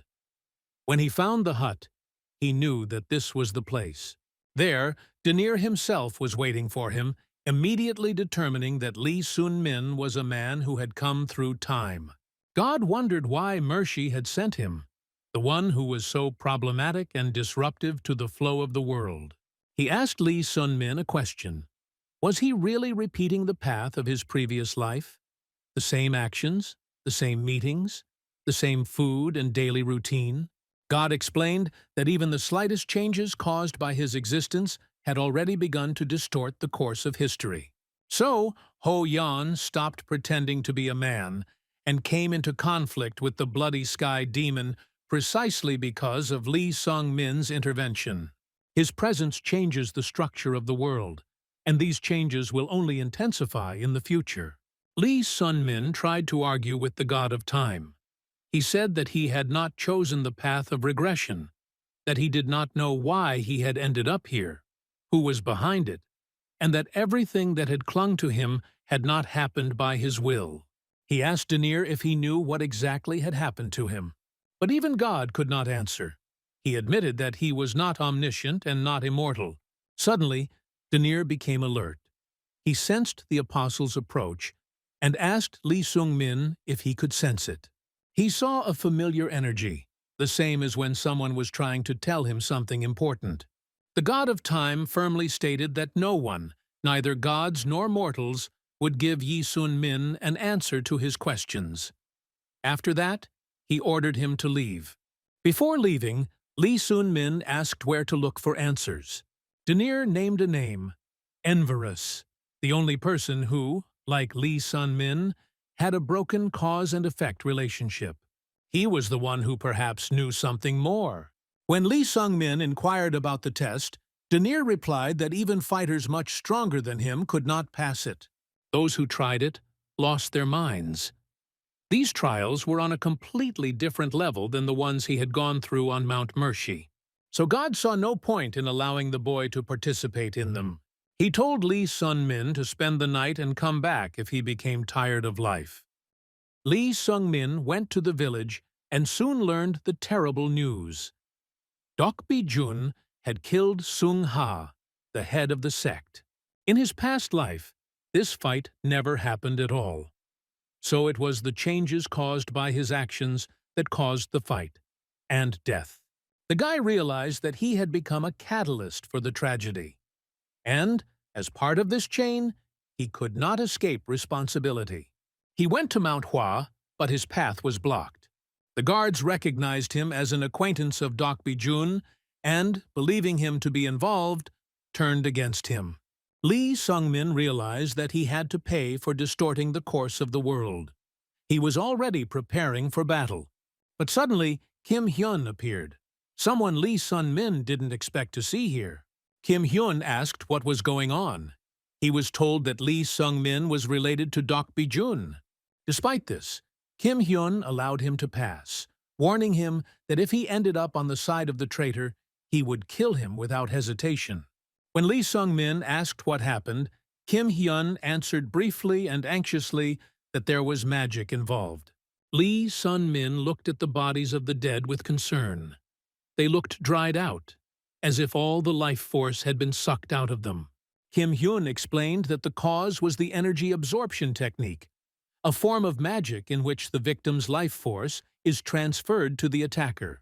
He expected to encounter illusory magic, but what he found was far more frightening. Lee Sung-min's attention was drawn to a familiar, a scout bird, who had recently returned from a mission. With her help, Kim Hyun obtained the exact coordinates of Dokbi-jun's location.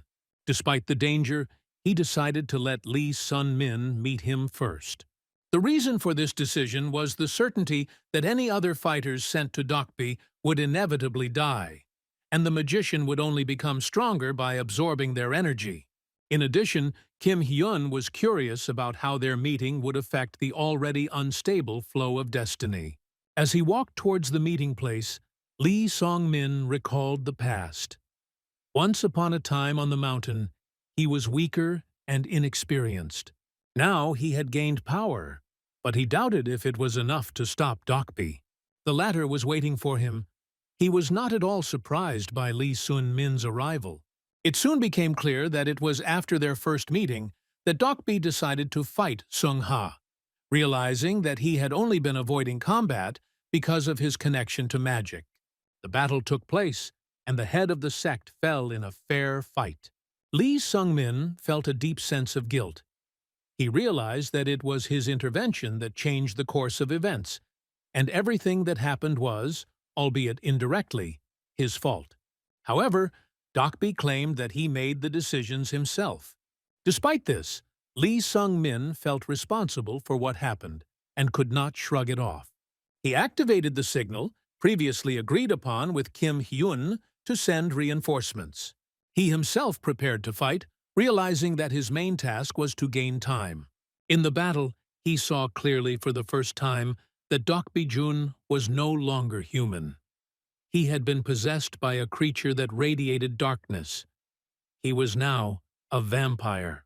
The vampire who controlled Dokbi-jun, according to Kim Hyun, was not one of the higher ones. If this were so, the magician's body would have regained its youth, but time left its mark on it. Kim Hyun warned Lee Sun-min to be careful. There was not a moment to lose in this fight. Lee Sung-min clutched his spear and charged into battle, using his full arsenal of techniques that he had accumulated over years of training and experience. Every blow, every move was calculated and precise.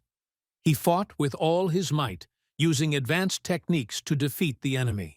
Dokbi-jun quickly realized how much Lee Sung-min had changed since the time they trained together on the mountain. His strength, speed, and skill were impressive. He couldn't help but admire his talent and youthful ardor. During the battle, Lee Sung-min remembered what happened to Dokbi after they separated. He actually confirmed that upon returning from the mountain, he had stopped developing. Aging had become an insurmountable obstacle. All he did was try to maintain his form, swinging his sword into the void, waiting for the end. The realization of his helplessness led him to darkness. He gave in to temptation and made a deal with a vampire. Lee Sun-min knew this and was overcome with disappointment. He once respected this man, considered him strong and worthy. Dokbi was surprised by this. He didn't expect to hear such words. The fight continued. Dokbi realized that Lee Sun-min was stalling for time, waiting for his allies to arrive. But that was exactly what he had hoped for. He was thirsty for blood, young, full of vital energy. She could return his lost strength, awaken in him that youth which had already become an unattainable dream. When a martial artist reaches the highest level, he is able to concentrate all his internal energy into his weapon. This process is called sword energy, a technique that allows one to greatly increase their destructive power, cutting through steel as easily as butter.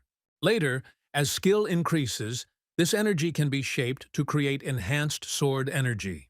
Such weapons became deadly dangerous. One blow was enough to destroy the target. But even against this, there was a defense. A reinforced defensive energy that covered the body like armor and could withstand even the most destructive attacks. Lee Sun-min did not have full command of this technique. He couldn't use the enhanced energy the way the strongest did. This put him at a disadvantage. In his fight with Dokbi Jun, he was again thrown back by a powerful blow. The enemy moved quickly and accurately. His attacks were unpredictable and almost impossible to block. As long as Dokbi remained protected by the enhanced energy, Lee Sung-min's attacks were unable to deal any serious damage. One precise blow from the enemy and it would all be over. There was a gap in level between them. Dokbi not only had mastery of martial arts, but also the power of a vampire and the protection that enhanced energy provided. Despite this, the fight continued for hundreds of rounds. The fact that Lee Sung-min remained alive was a miracle in itself. At some point, he managed to create a gap in the enemy's defense.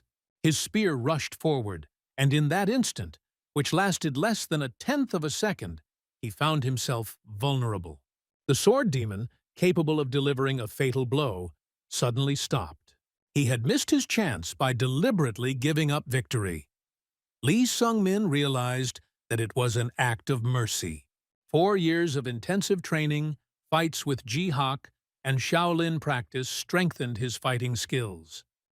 He has achieved a high level of skill for his age. However, in his life he always encountered opponents who were stronger. This gave rise to a feeling of weakness, not as a complex, but as a sober assessment of reality.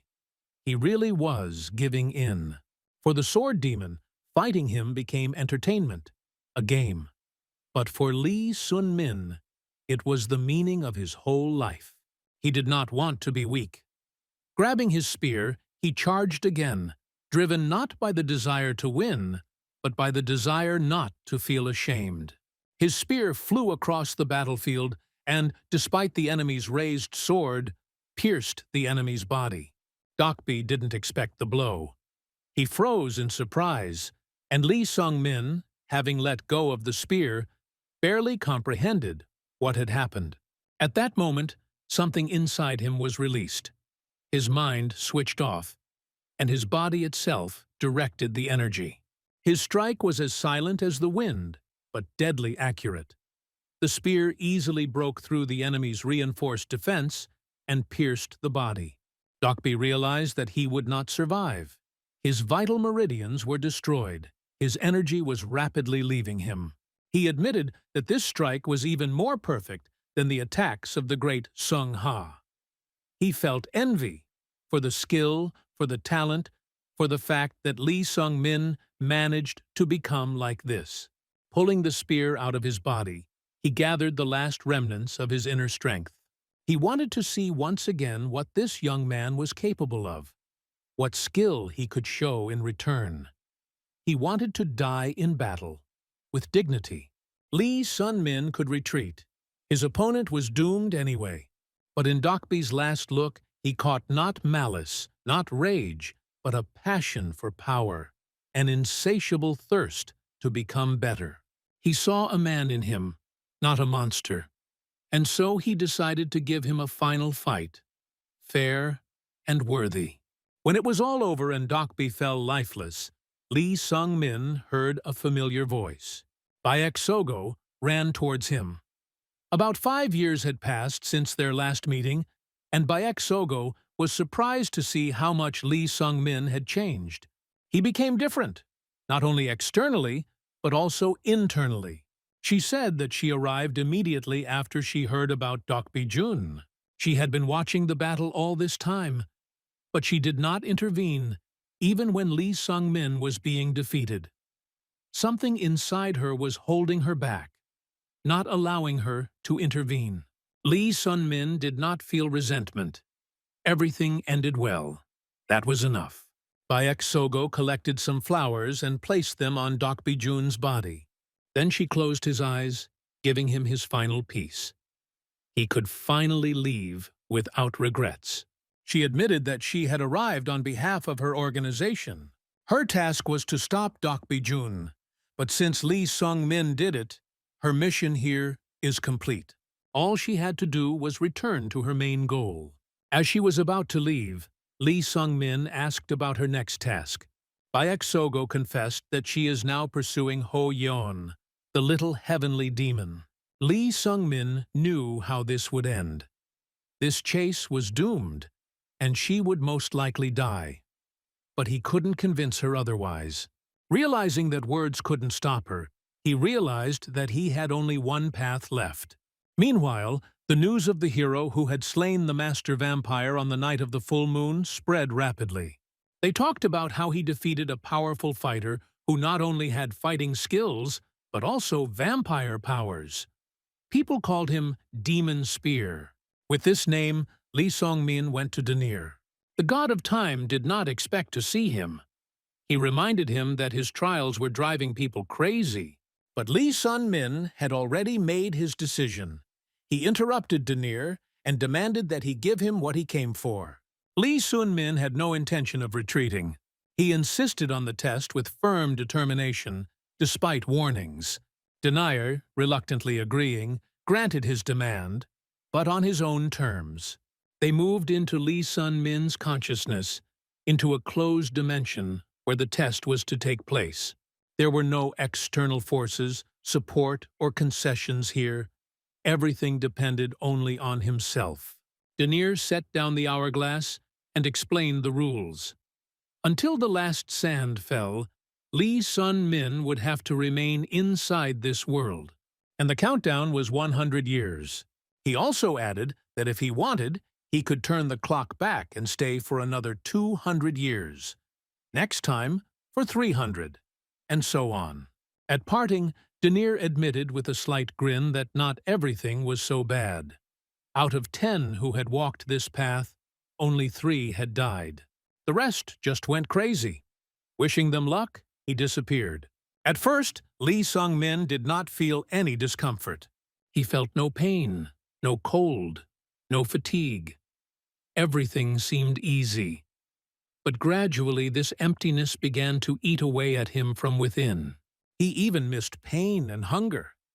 He wanted sensations, any kind.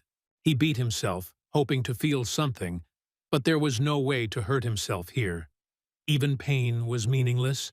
He trained endlessly, but soon began to doubt whether he was moving correctly. Was he perfecting his technique, or just swinging his spear aimlessly? No one could tell. There was no teacher here, no enemy, not even the shadow of a man. Loneliness was slowly driving him crazy.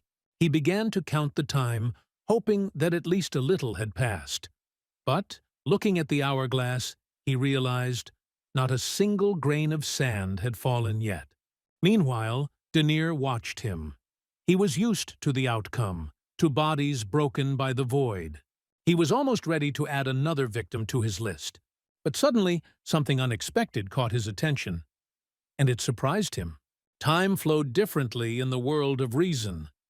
At first, Lee Sun-min experienced bouts of despair, then came to his senses again. In absolute silence, he didn't know how to fill the void, until he finally decided to devote all his time to training, starting with the simplest, most basic techniques. Thus began his first 100 years. They were spent in a struggle with loneliness and fruitless work on himself. As time ticked by, he realized there was almost no progress. So he turned the hourglass over and added another 200 years. These 200 years have passed differently. Lee Sung-min focused on the techniques that Baek Sogo and Ho Yeon once taught him and honed them to perfection. Everything he ever knew, he structured, purified, and brought to a higher state. After 200 years, he realized that the first 100 were the hardest. Then it became easier, so he turned the clock back again to 300 years. Every movement, every lunge, every breath became part of an endless chain of exercises. He trained without rest, without allowing himself to weaken. With each cycle, the uncertainty went away, and everything that had previously seemed unattainable became part of his being. Sometimes he felt like he was going crazy, but his mind remained clear. He turned the clock over again. Techniques from the Shaolin monastery came to mind, and he worked on them until they became completely automatic. One day, having lost consciousness from overexertion, he woke up and realized that only a moment had passed. There was little time left before the end. Then he set himself a goal, to repeat that incomprehensible movement that once pierced Dokbi's body. He tried again and again, but 1,000 years had brought no result. And yet, he was closer. He was approaching the point where even masters stop. But Lee Sun-min didn't stop. He wondered how long it would take to get past this wall. He turned the clock over again to 500 years, and the wall collapsed. He managed to reproduce that very movement. Yes, it was slow, non-combat, but still correct. It was the beginning of a new level. At the end of the time, he appeared before Denier again. He was stunned. He looked at Lee Sung-min as if he were crazy, because only a crazy person could voluntarily spend so many years there. The god of time pondered over how Lee Sung-min had managed to pass his most difficult test. Unlike the other contenders, who were brilliant fighters who had great talent since childhood, Lee Sung-min came into this world without any outstanding abilities. The rest broke under the pressure of time, which flowed differently in God's world. Unable to accept their ordinariness, they went mad and retreated. And Lee Sun-min, despite his slow progress, moved forward like a snail. He fell, broke down, lost his mind, but time after time he recovered and continued on his way. To ease his suffering a little, the god of time gave him copies of memories, reminders of the past. They were far from pleasant, memories of weakness, helplessness, and pain. But Lee Sun-min accepted them with gratitude, believing that he should not forget who he was. He realized that his current body was weaker than his previous one, but he believed that if the mind retained experience, the body would be able to reach its previous level again. The boy announced that he would stay in God's temple for a while, and although God was irritated, he did not interfere. A year later, Lee Song-ming returned to Shaolin. Ji-hak continued training all this time. He noticed changes in the guy. Lee Sung-min became different. Although not much time had passed since their last meeting, the depth of the years lived was felt in his gaze. The monk asked him what had happened to him, and he briefly replied that a lot had happened. Ji-hak heard rumors that Lee Sung-min had defeated the sword demon, but he called it an accident. The monk disagreed and asked when he had reached the peak. Lee Sun-min replied, 6 months ago. But his voice and gaze suggested that he had experienced much more. When Ji-hak suggested sparring, the senior monk Bulin intervened. He believed that such a duel could deprive Shaolin of its future. Lee Sung-min countered that he was overrated. But Bulin noted how he had changed and strengthened. He asked the purpose of his visit, and Lee Sung-min admitted that he wanted to see how close he had gotten to Ho Yeon. However, the master pointed out that 3 years had passed since their meeting, and during this time, the girl had most likely become even stronger. This didn't come as a surprise to Lee Sung-min. He had no illusions and didn't think that he could be on the same level as her. Although he had made significant progress in the creation world, he now needed his physical body to reach the required strength. There were just over 2 months left before the opening of the dungeon. Lee Sung-min refused Ji-hak's offer to stay the night and, taking his spears and armor, set out on his journey. He had many unsolved problems.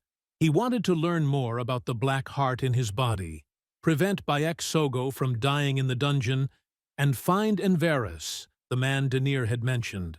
Enverus, like him, had a distorted sense of cause and effect, and, according to the god, was the only one who was able to escape death. Lee Sun-min hoped that he would give him answers.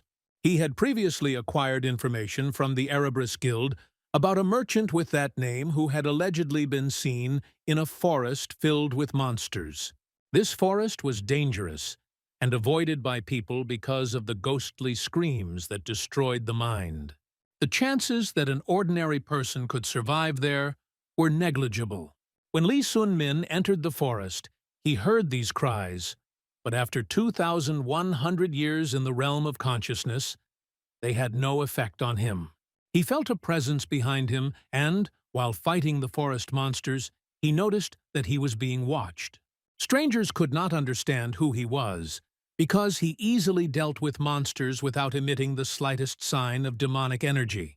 They realized that they couldn't stop him and needed reinforcements. But when they looked out from behind the shelter, they discovered that the boy had disappeared. He was already standing in their tent. His appearance caught them by surprise. When he asked about Enverus, the men drew their weapons. He made it clear that he didn't want to fight, but one of them still used force. Lee Sung-min easily repelled the attack and approached the second one to clarify the situation. It turned out that they were deaf, and he asked them to write down what he wanted. After this, he asked who they were. The men replied that they belonged to a tribe. Suddenly, the eldest of them appeared. Angry that his people were telling an outsider about the tribe, he promised that the stranger would not leave alive. However, when he heard the name Enverus, he was surprised. Despite this, he was reluctant to share information. Lee Sun-min made it clear that he was not looking for conflict. But the man didn't believe it. He rushed at the stranger. Lee Sung-min easily defeated the martial artist. He explained to the others that he was only interested in something related to their tribe and asked them to show him the way. Lee Sun-min arrived at a remote tribe living in a deep forest. The inhabitants of this place constantly covered their ears, escaping from the sounds coming from the depths of the forest. He was met by the chieftain, a man of impressive strength and a high level of skill. He asked the guest for what purpose he had come to their lands. Although Lee Sun-min had previously killed one of the tribe members and threatened others, he explained that he did not seek conflict. He was interested in a man named Enverus. The chief replied that Enverus had left the tribe 2 months ago, but warned against further attempts to find him. However, he agreed to accept Yi Sun-min as a guest, realizing that open hostility would lead to heavy losses for his people. The chieftain said that Enverus had warned him in advance about the visit of a man who would be looking for him. His only order was to take this man to the wall. He brought Lee Sun-min to a massive wooden barrier and suggested that he destroy it. An attempt to break through the wall with a spear was unsuccessful. Then the chief explained that it could not be opened by physical force. Only he himself could open it. Lee Sun-min wondered why he was asked to attack then. When the wall was opened, the young man asked what was hidden inside. The leader admitted that he did not know. Only one thing was known. Inside, there were such monstrous screams that no ordinary consciousness could withstand them. He wanted to warn the guest again, but he had already entered. Once inside, Lee Sung-min immediately felt a powerful sound pressure. Any other person, even a master of the highest rank, would have lost his mind. However, Lee Sun-min spent 2,100 years trapped inside his own mind, experiencing multiple mental destruction and restoration. These screams could not drive him mad. Soon a voice addressed him. The creature hidden in the smoke admitted that it was confused. It had never encountered people with a distorted cause and effect relationship before. Mistakenly taking him for someone else, it still allowed him to enter. This creature asked if he was the one who had regressed in time. Lee Sun-min didn't understand who was talking to him. At that moment, a girl appeared in front of him. She reproached the void monk for frightening the guest and added that Lee Sun-min was already shocked. He looked at them in amazement, not understanding who they were. The girl introduced herself as Rubia, Enverus's familiar. She was waiting for Lee Sun-min in this place on her master's orders. The guy was surprised by her appearance, a human with the features of a beast. To this, Rubia replied that Enverus liked it that way. When he inquired who the strange being who spoke to him was, Rubia explained that it was a void monarch, a remnant of a former great demon that once led 100 of its kind. However, now all that remains of him is a disembodied soul, imprisoned in this place. Lee Sun-min asked why she was waiting for him. The girl explained that he had to find Enverus, the only one who could answer his questions. After all, they both had a distorted cause and effect relationship. He asked if she could find Enverus with her abilities. Unfortunately, she couldn't. As a familiar, she wasn't able to locate her master, but he could find her. That's why she suggested that they go on the journey together. When Enverus senses them, he himself will make contact. Lee Sun-min found all this to be too confusing. He said that one familiar was enough for him, and there was no place for a faceless spirit here. However, the monarch of the void objected. He himself does not know why he should follow him, but one day the one who regressed in time will come to him. This path is connected with the forest, the tribe, and he himself is only a part of this pattern. The seal in the forest exists as long as the tribe lives. Their prayers must reach their end, but what will happen next is unknown. Lee Sun-min still lacked answers. The questions kept growing. However, Rubia said that she knew one thing. If he went with them, he would end up meeting Enverus. When he asked how a demon without a body would go with them, even Rubia didn't know what to answer. And then something unexpected happened. A shadow began to approach Lee Sun-min. It was the Void Monarch. Rubia anxiously tried to stop him, but he was about to take over Lee Sun-min's body. For 400 years he was trapped in this place without a body, and now he saw a chance to return to the world of the living. But Lee Sun-min saw how his armor enclosed him. The demon stopped in confusion. He tried to take control of the boy's consciousness, and failed. Even he, once majestic and terrible, could not break the will of Lee Sun-min. His power was suppressed, and his essence was sealed in the bracelet on the hero's arm. The demon was shocked. He did not understand who was in front of him. Lee Sun-min wondered the same thing. There were two answers. Either it was the result of 2,000 years of training in the sphere of consciousness, or again, the intervention of a higher being who was observing him. He had no answer. The only thread to the truth remained Enverus. The bracelet had previously had a symbolic meaning for him. Now he wanted to get rid of it. But the demon began to beg. He apologized for the attempted capture and promised riches in return, artifacts and treasures accumulated over a long life. His storehouses were full of things that Lee Sun-min had never seen. Rubia confirmed that he really was a great demon in the past. The system reported that Rubia and the Void Monarch had become his companions. Rubia asked where they would go next. She suggested stopping somewhere with a pleasant view and waiting for Enverus to appear. But Lee Sun-min said that he needed to visit one place first. When she asked if it was dangerous, he replied that it was a dungeon. The dungeon is a special place in area. surrounded by mystery and danger. It is the only location whose portals can appear anywhere. There are different laws operating inside it, not subject to the logic of the outside world. There, the spells seem to permeate the space itself. Unlike the usual hunt in area, where monsters are harvested for body parts, in the dungeon their corpses disappear, leaving behind loot. The stronger the enemy, the more valuable the reward. Defeating the boss yields incredible loot and closes the dungeon itself. When Lee Sun-min said he was going there, Rubia asked him incredulously if he was really ready. He confidently confirmed. 2 months have passed since the meeting with Rubia and the Void Monk.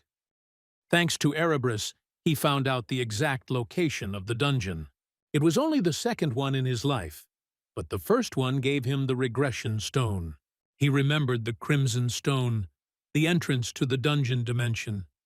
Touching it, he found himself inside. Doubts plagued Lee Sung-min's mind, but he had already come too far to back down. He had to finish what he had started. Once inside, he encountered a man holding a huge axe.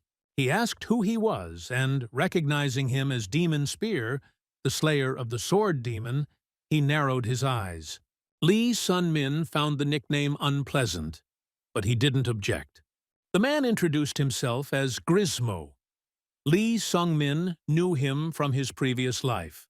Ho Yeon had killed the martial artist back then. Grismo asked if he had come to stop Ho Yeon. He warned that if she was not stopped, a demon would be born that could not be contained. Their goal was to save Area. When Lee Sung-min asked about the other participants, Grismo replied that Ho Yeon's followers, the sword demon Doko, Lonely Granny, and demonic Iron Fist, had already infiltrated the dungeon. Also arriving were fighters from the Muram Alliance, Bayek Sogo, drunkard of the Beggar Sect, unrivaled madcap, and supreme heavenly swordsman. He asked if Lee Sun-min would help. He vowed to do everything in his power. Grismo nodded approvingly. Meanwhile, Ho Yeon met her opponent. A familiar voice sounded like an echo. It was Lee Sun-min. A woman appeared in front of Grismo and Sun-min, and at first Grismo thought it was Bayek Sogo. His heart sank. A familiar face in this chaos was like a breath of air. But Lee Sung-min asked him to take a closer look. When he did, he realized that this was not a human being, but a demon who could copy his appearance.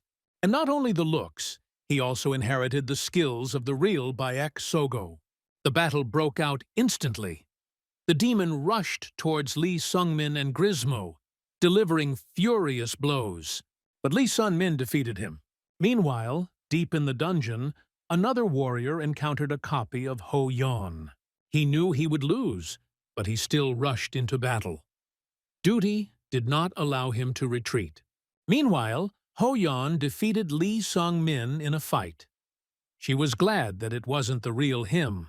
Bayek Sogo was attacked by a doppelganger, a copy of the supreme celestial swordsman. Fortunately, it was one of the weakest of the created doubles. After defeating him, Bayek Sogo picked up the fallen crystal, pure and sparkling, like a magical elixir. She hesitated on where to go next, knowing that she alone was vulnerable to the little heavenly demon or his close associates. She was distracted by a voice.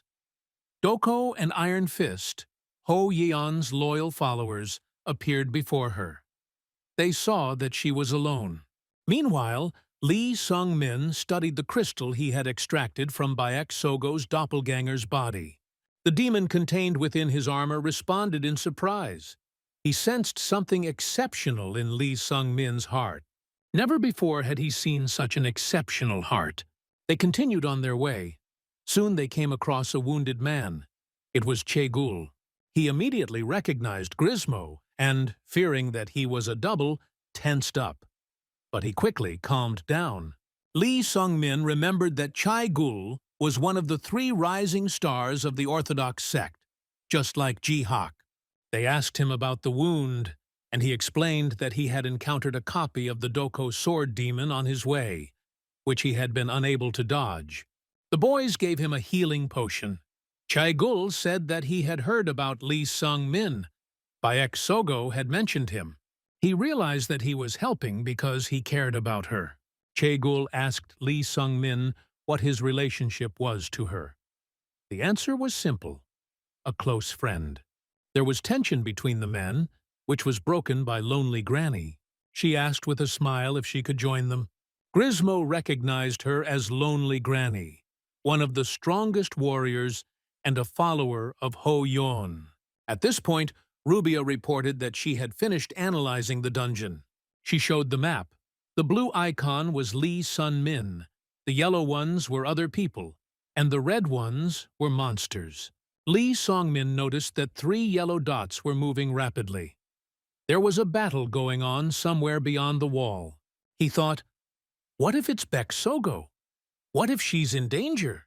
He asked Rubia if it was possible to destroy the wall. She replied that it was not easy. Behind them, Grismo sensed a powerful energy building up. The demon of the spear was preparing something colossal. Even the demon sealed within the boy's armor was shocked.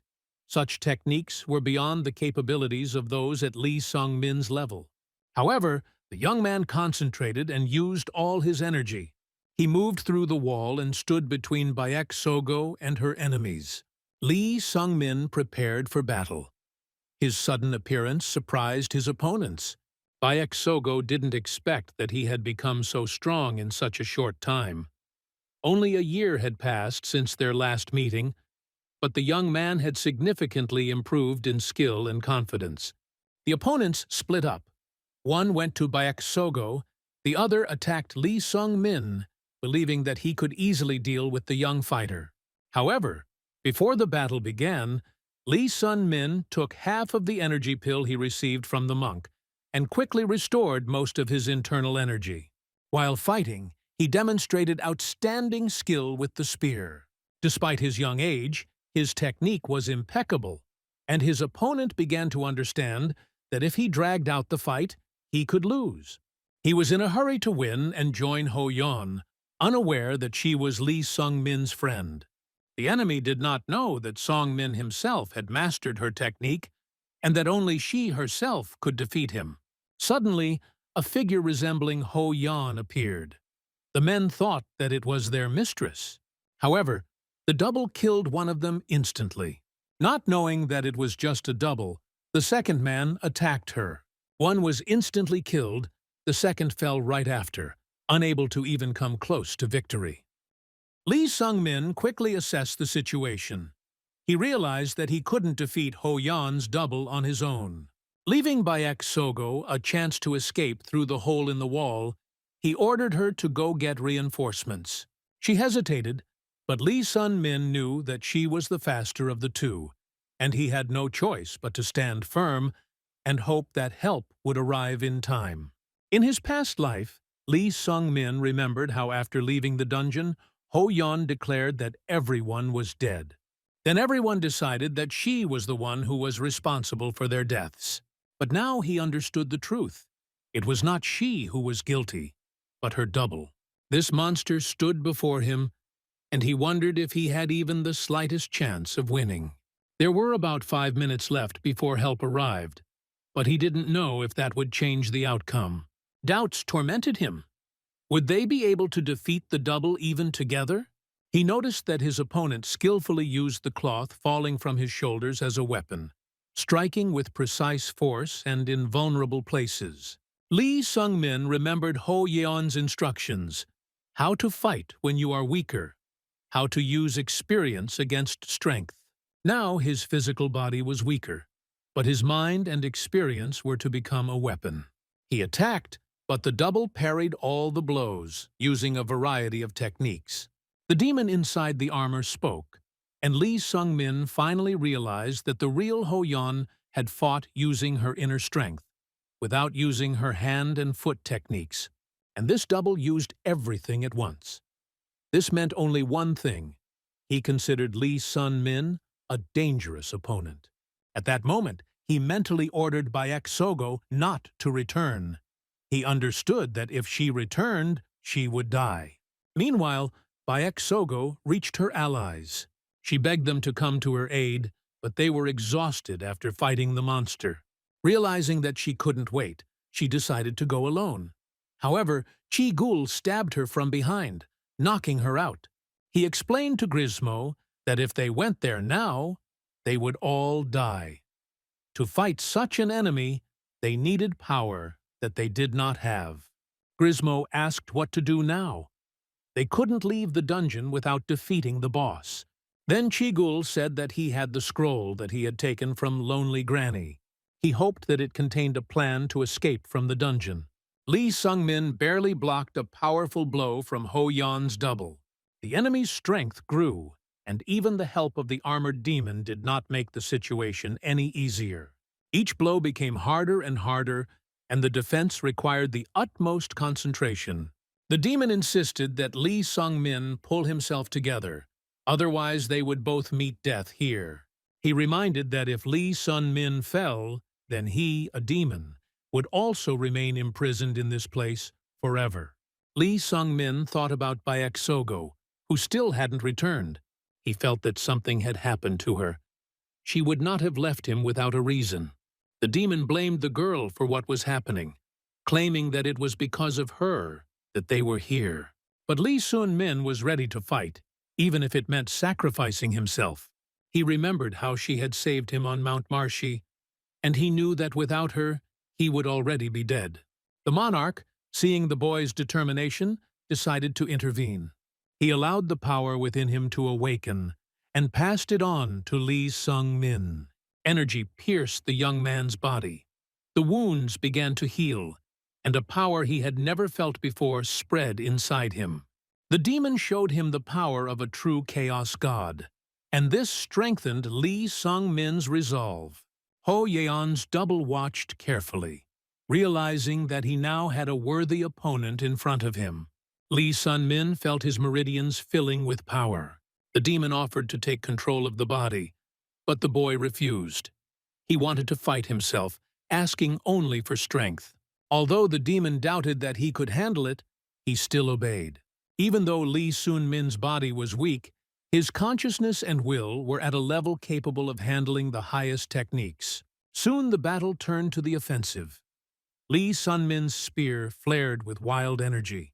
He rushed at the double, delivering a powerful blow that sent the enemy flying away.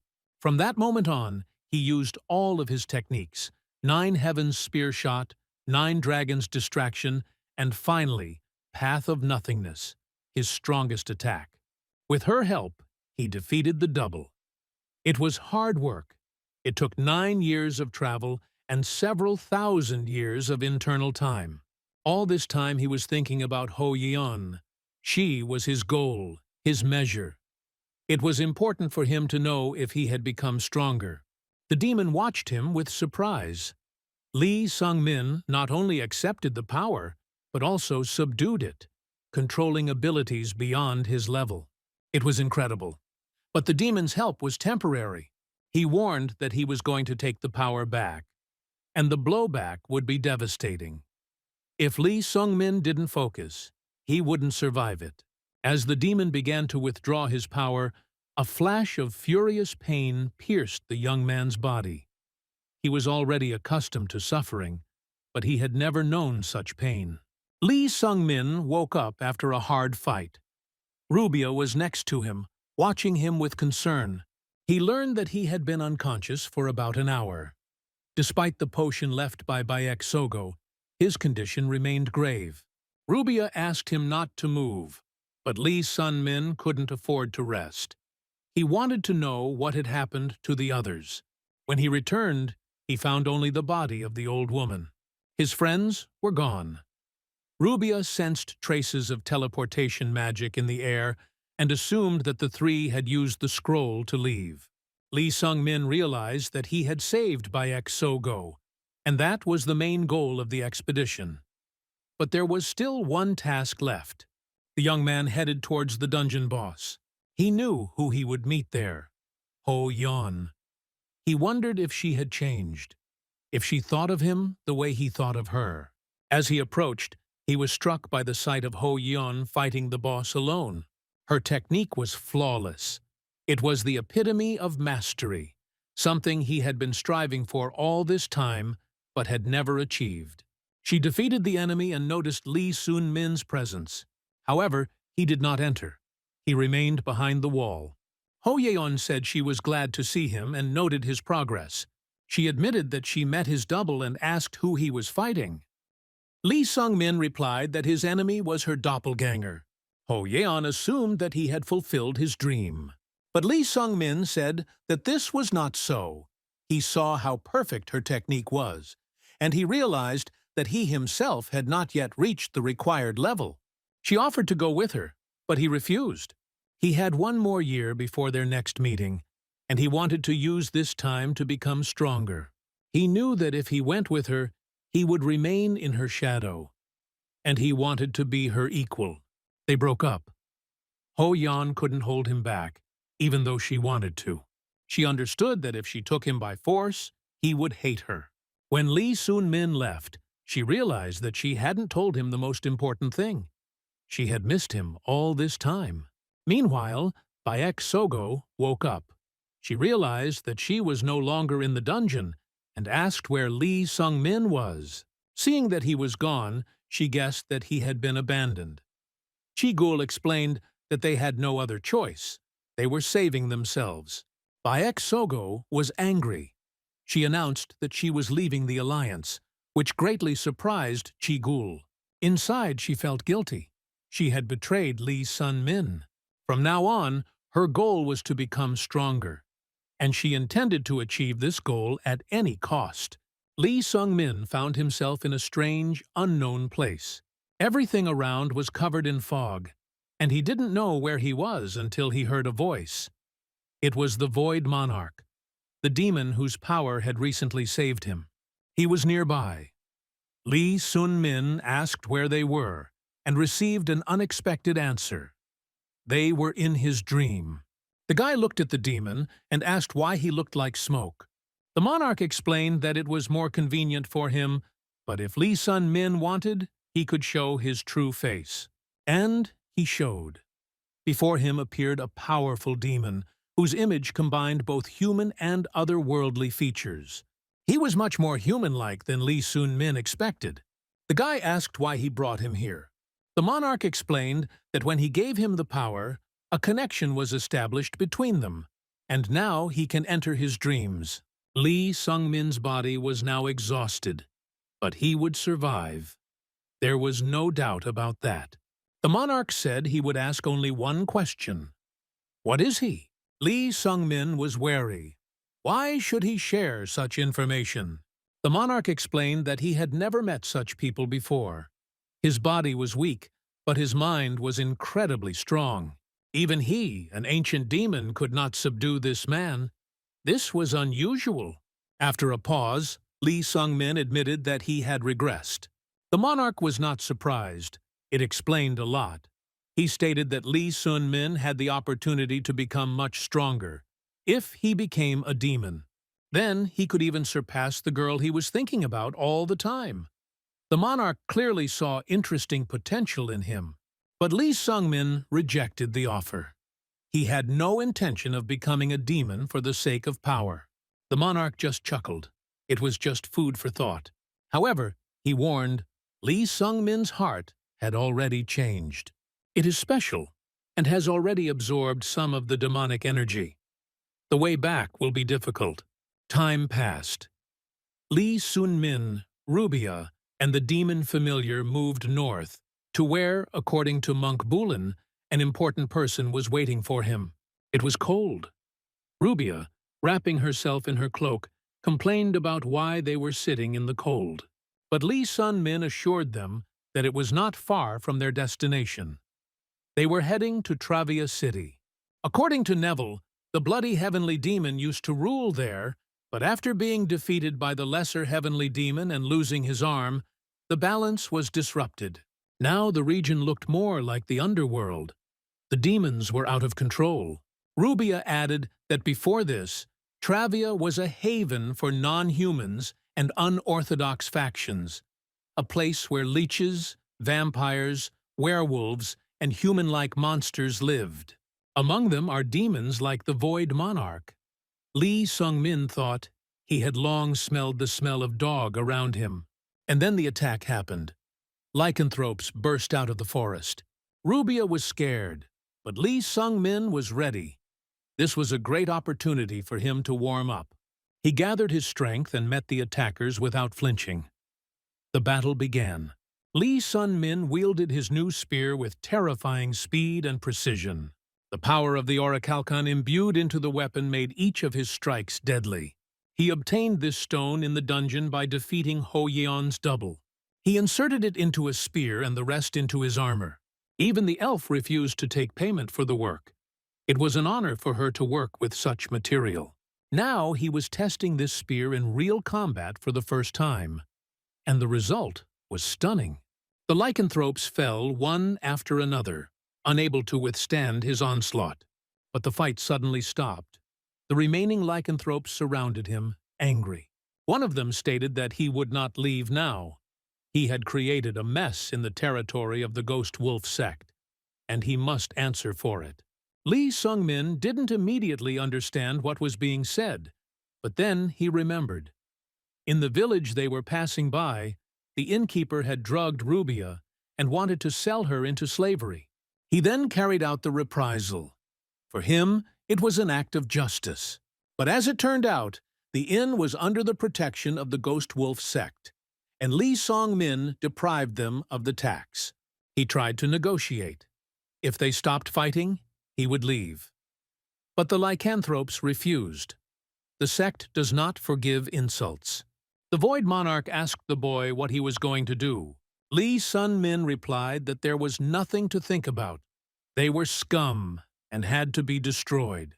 The demon did not object, but warned, "Being overconfident is dangerous. Only the truly invincible can despise their enemies so much." Rubia intervened, saying that vampires and lycanthropes served the same master, and the lower forms of these races reflected his power. This meant that the leader of the Ghost Wolf sect was a monster, and in his current state, Lee Sung-min might not be able to deal with him. The monarch also warned, "If you want to live, don't push it." But the demon's words only angered Lee Sun-min. He reminded him of the situation with Rubia. His anger was righteous. Rubia felt guilty, but she knew that conflict was inevitable. They had already crossed the border into foreign territory. The Void Monarch simply warned, "There is always someone stronger," and his fears were confirmed. A voice came from the darkness. Everyone turned around. Standing behind was a lycanthrope. It was Ju-won, the leader of the Ghost Wolf sect. The air around him thickened, and it became clear that they were facing an enemy of a completely different level. Ju-won looked around the battlefield in surprise. All the lycanthropes he had raised and trained were dead. He did not expect such weakness from them. His gaze stopped on the young man with the spear. He did not know him, and therefore asked a direct question. "Who is he?" Lee Sung-min introduced himself. The name sounded familiar to Ju-won. In an instant he realized that before him stood the demon's spear, the renowned warrior of whom there were rumors. But the one he saw didn't look like a representative of the Orthodox faction. He was radiating an energy close to demons. However, Ju-won didn't care. He simply asked how Lee Sung-min wanted to die. But then he felt something strange. There was a shadow behind the young man. The energy of the Void Monarch. Recognizing it, he was amazed. The monarch spoke to him for the first time in 400 years. Ju-won was surprised. He was considered dead. He tried to find out how he survived and where his body was, but the monarch did not know. He assumed that it was destroyed. Laughing, Ju-won mockingly commented on the fate of the great demon. He was sure that he had become weaker and more pitiful. However, the monarch responded in the same spirit. Ju-won had also changed. He was no longer the reckless wolf he was remembered as. When he asked what the monarch wanted, he surprised him by asking him to spare Lee Sun-min. It was unexpected, not in the spirit of the former monarch. However, in order to avoid a fight, Ju Won agreed. The dead were only low-ranking warriors. He forgave Yi Sun-min, but only this once. In conclusion, he asked a question. Was he heading to Travia? Lee Sung-min confirmed. Ju Won warned him that others would not be so merciful. Then he left. The young man asked the monarch, what would happen if they fought? The answer was harsh. He would lose. Ju Won is one of the strongest inhumans to exist on Earth, a master who has honed his art over centuries. Lee Sun-min wouldn't have a chance. The Void Monarch reminded him that the boy was only alive because he was spared at the request of the demon himself. This made Lee Sung-min think. After all his victories and achievements, he was still weak compared to those who rule in the shadows. The world was big, and the path of formation was just beginning. But Ju Won's words wouldn't let him go. The others won't be so kind. Who did he mean? Meanwhile, Ju Won reached his allies. He reported that he had met the Void Monarch, which caused them to become excited. Everyone was sure that he died 400 years ago. But Ju Won confirmed. His body was destroyed, but his soul was alive. He extracted the memory and showed their meeting. Everyone was convinced. It really was him. They found it hard to believe that the demon had survived the enslavement squad. They also became interested in the young man next to him. It was Lee Sun-min, the demon's spear. The Void Monarch had possessed him. The vampire Geniella recognized him. He killed her toy, the man she had subdued earlier. Now she knew who it was and what he looked like. Ju Won noted that although the boy is human, he feels closer to non-humans. He added that he only let him go because of the monarch's presence. He also warned his allies that the guy was heading to Travia. Geniella was pleased. He was walking straight towards them. But they still had to be careful. The monarch's spiritual power was still formidable. After these words, Ju Won left. One of the demons present at the conversation could not hide his smile. He finally found the thief of his heart. The lich, one of the oldest, wanted to return what was taken from him many years ago. The game was becoming more and more dangerous. Before heading to Travia, Lee Sun-min received a document from Neville containing important information about the city. It described underground passages, the location of key forces and their characteristics. The document bore the seal of the Predators, an ancient alliance that united vampires, lycanthropes, leeches, and an organization that hired non-humans.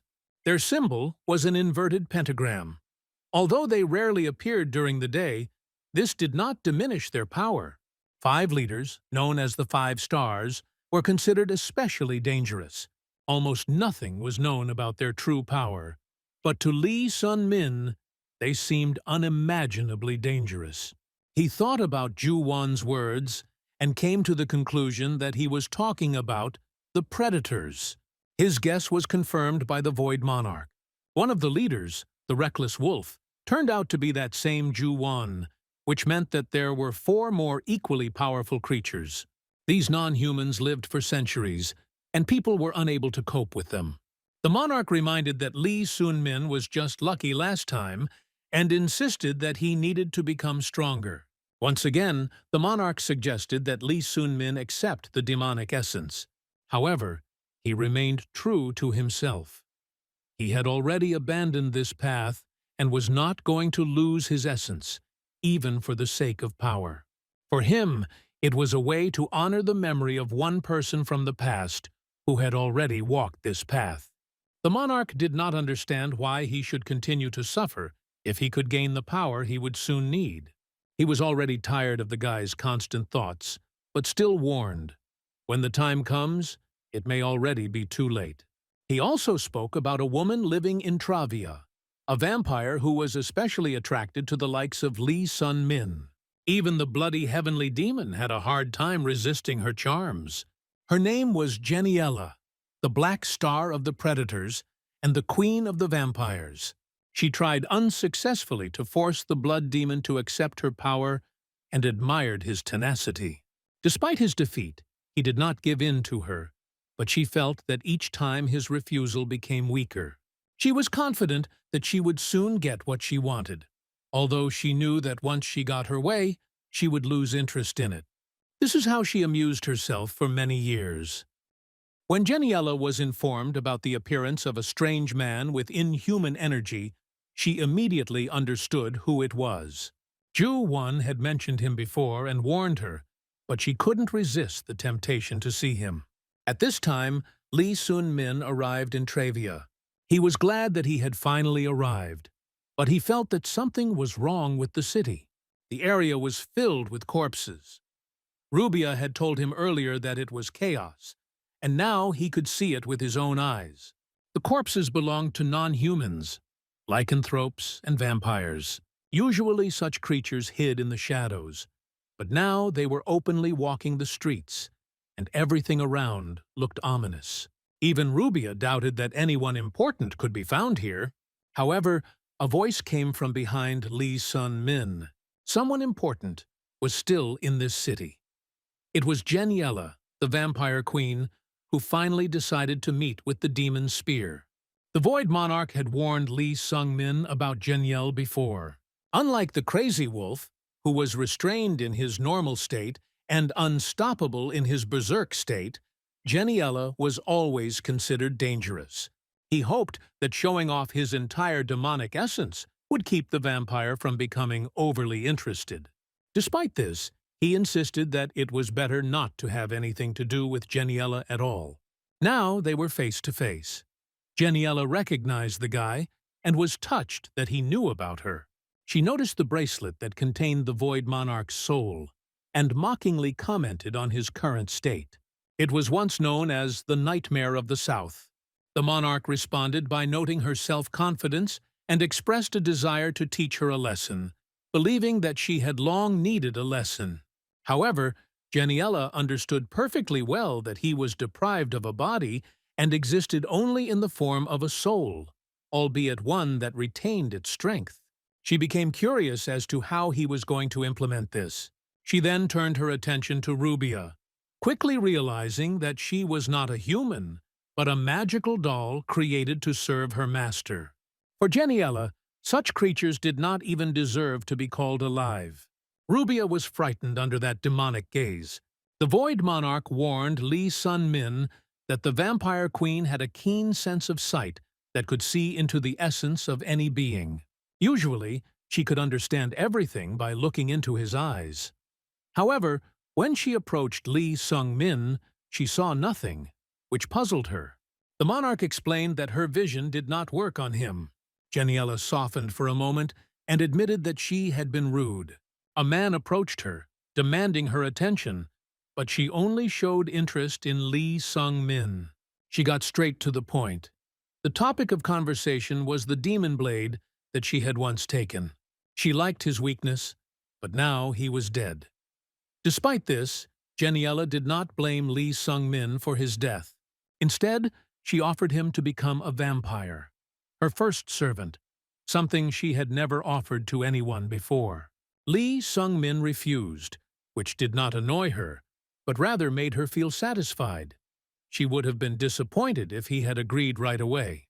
Although her vision could not penetrate his essence, she noted that his eyes reflected the weight of what he had experienced, such that an ordinary person would not be able to bear. She wondered why his eyes looked like they were ready to break at any second. She said goodbye and left, promising that they would meet again. Before leaving, I asked him not to give up too easily. Lee Sun-min didn't fully understand what exactly happened. The Void Monarch explained that the boy was of exceptional interest to Jenniella and that she would appear again when he was at his wit's end. According to him, she is the second strongest person he has ever met. When Lee Sun-min asked who was the strongest then, a bird was watching them. In fact, it was a familiar. His owner noticed the guy's appearance in the city and told his daughter about it, counting on her participation. After a hard fight, only dead bodies remained around. One of the participants in the battle, a man, woke up without realizing how long he had been unconscious. He was already in the north and approaching the city of Travia. Along the way, the man noticed a fight between a guy with a spear and a girl fighting with tentacles. He found the scene funny. In the city itself, Lee Sun-min unexpectedly met Kim Hyun.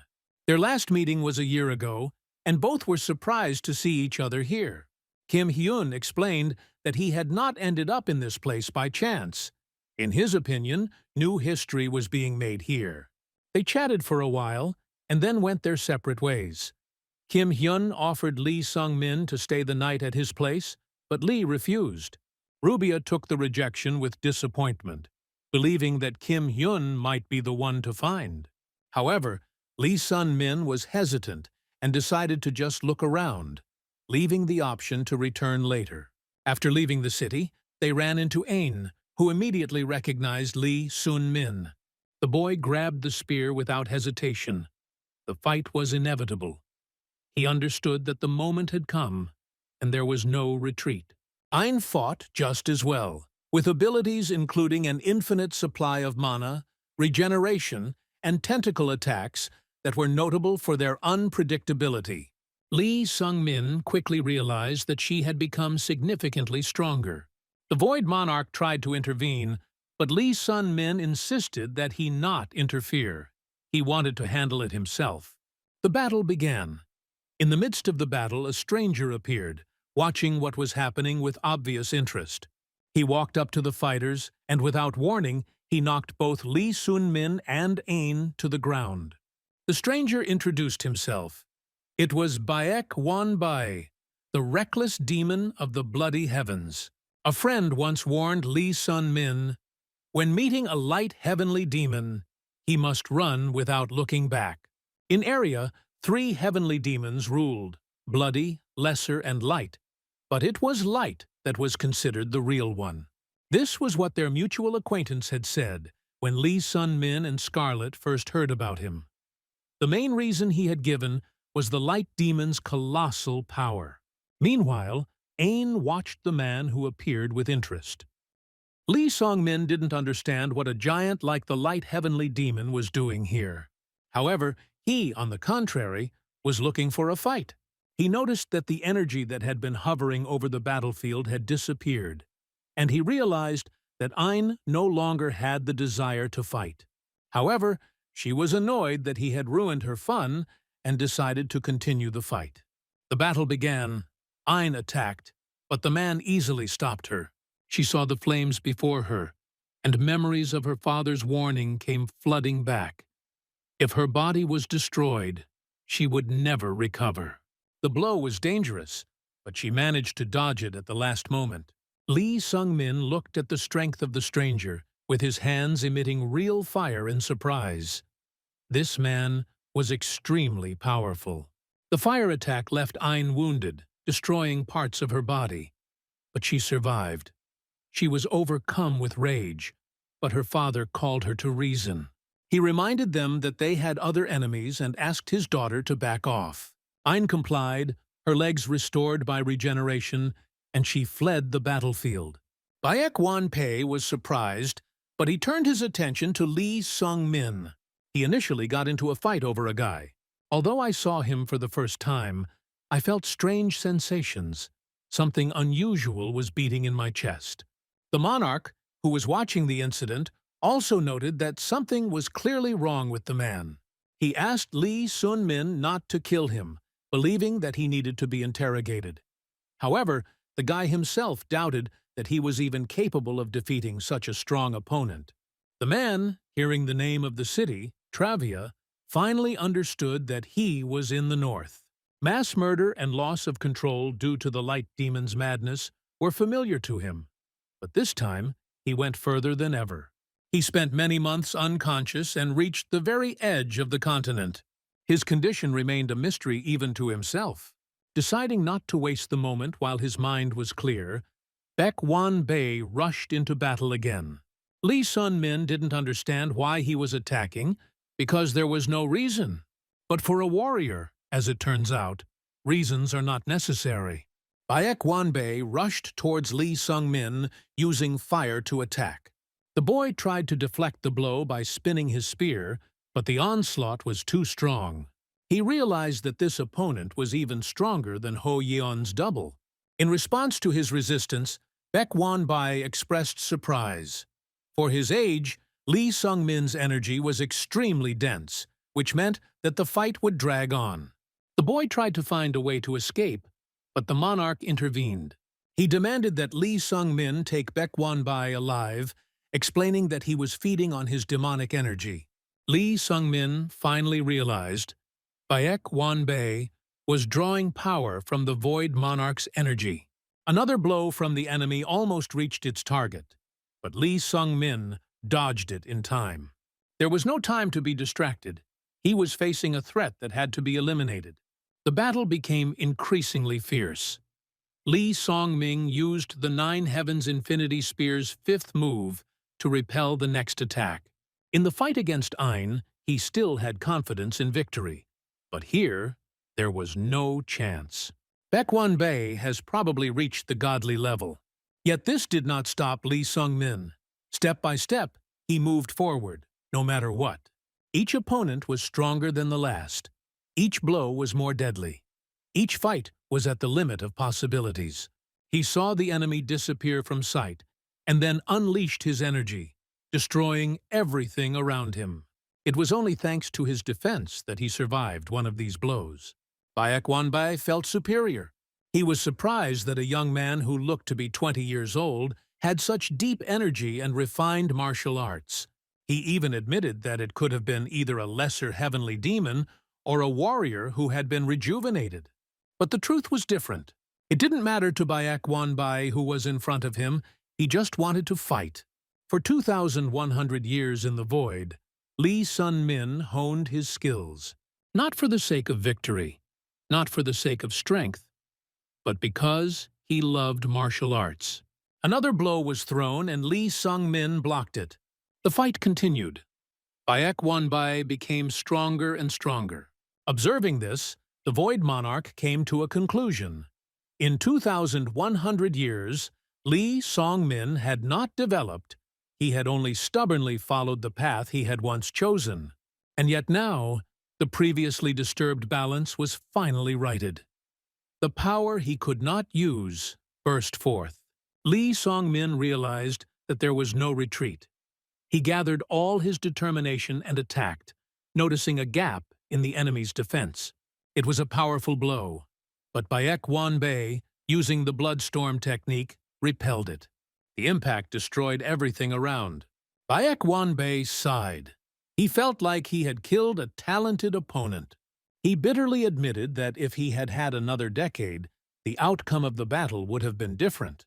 But suddenly, a spear appeared from the shadows. Lee Sun-min survived. He pressed the weapon to the enemy's throat. At this moment, Lee Sung-min's body came under the control of the Void Monarch. He needed answers. He felt that Baek Won-bai was somehow connected to him, that there was a familiar spiritual energy in his core. He interrogated the enemy and received confirmation. He freely used this energy. Lee Sun-min demanded that his body be returned, and his willpower was so strong that even the monarch gave in. Even though he would have died without his intervention, Lee Sun-min felt disappointed. He believed that he himself could withstand the final blow, but his body still could not keep up with his spirit. The Void Monarch suggested that Baek Won-bai might be Sun-min's patron, since he used spiritual energy as if it were his own. He noted that if the young man mastered the same technique, he would be able to use this power without losing his mind. In response, Baek Won-bai told his story. He traveled to the south, where he met a tribe of strange warriors who did not know martial arts, but possessed strength comparable to the masters of the 9 great schools. He trained them, and in return received breathing techniques and rare elixirs. This allowed him to overcome stagnation and develop. However, this was followed by a deviation. He went mad and wandered for a long time, turning into a monster. Only recently had his mind cleared up, and he didn't know when he would go mad again.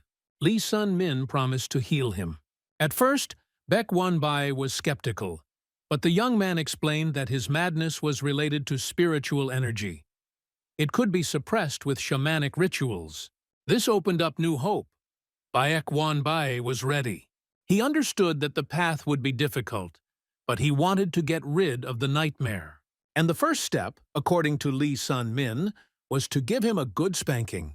The Void Monarch acknowledged that there was indeed a tribe in the south that worshipped him. He assumed that Baek Wanbae was somehow related to their descendants, which left Lee Sun-min quite surprised.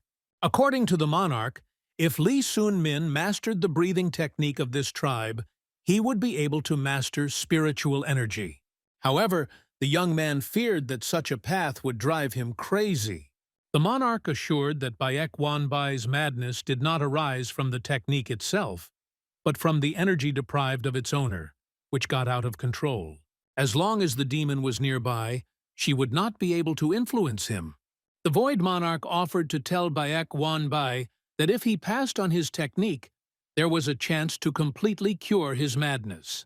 When the ritual began, Baek Wanbae admitted that he could not teach breathing even if he wanted to.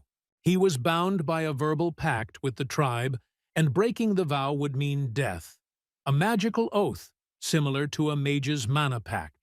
The monarch considered this a problem, but he also had a solution. If knowledge cannot be obtained from the bearer, it can be obtained from the source. He suggested asking Baek Wanbae to lead them to the tribe in the south. Lee Sun-min was not inspired by this plan. A trek across the whole of area seemed like a dubious pleasure to him. But the monarch reminded them that his legendary dungeon with treasures was also in the south. They could look there on the way. Thus, Baek Wanbae, the mad demon of the bloody heavens, became their ally. Despite the strange ritual involving slaps, he was surprisingly obedient. The monarch explained this by a connection similar to the relationship between the progenitor of vampires and his descendants: innate submission. Baek Wanbae felt it instinctively, even though he didn't understand the reasons. He admitted that his mind had indeed cleared up, and until he found another way, he would follow Lee Sun-min. Before the expedition, they decided to return to Travia. Lee Sun-min was too tired after the last battle. On the way, he asked how powerful Baek Wanbae was in the world. He smiled, showed the scar left by the swordmaster, and explained, "Although people train for decades, in this world there are beings who perfect their skills for millennia. Even with his current strength, he wasn't sure he could withstand even a couple of the master's attacks." He added that Lee Sun-min would sooner or later meet this warrior, who was always looking for worthy opponents. Lee Sun-min realized that even those like Baek Wanbae were not at the pinnacle of power. The world was far more dangerous than he had imagined. He looked up at the sky, wondering how high Ho Yeon had risen in that time. Meanwhile, Ho Yeon herself was listening to a proposal from one of the 6 martial artists of the Heaven Beyond Heaven organization. He invited her to join the ranks of their warriors, believing that she, having reached the top, suffered from loneliness. His arguments seemed stupid to her, as if he was inviting her to a club just because she might be bored. Ho Yeon refused.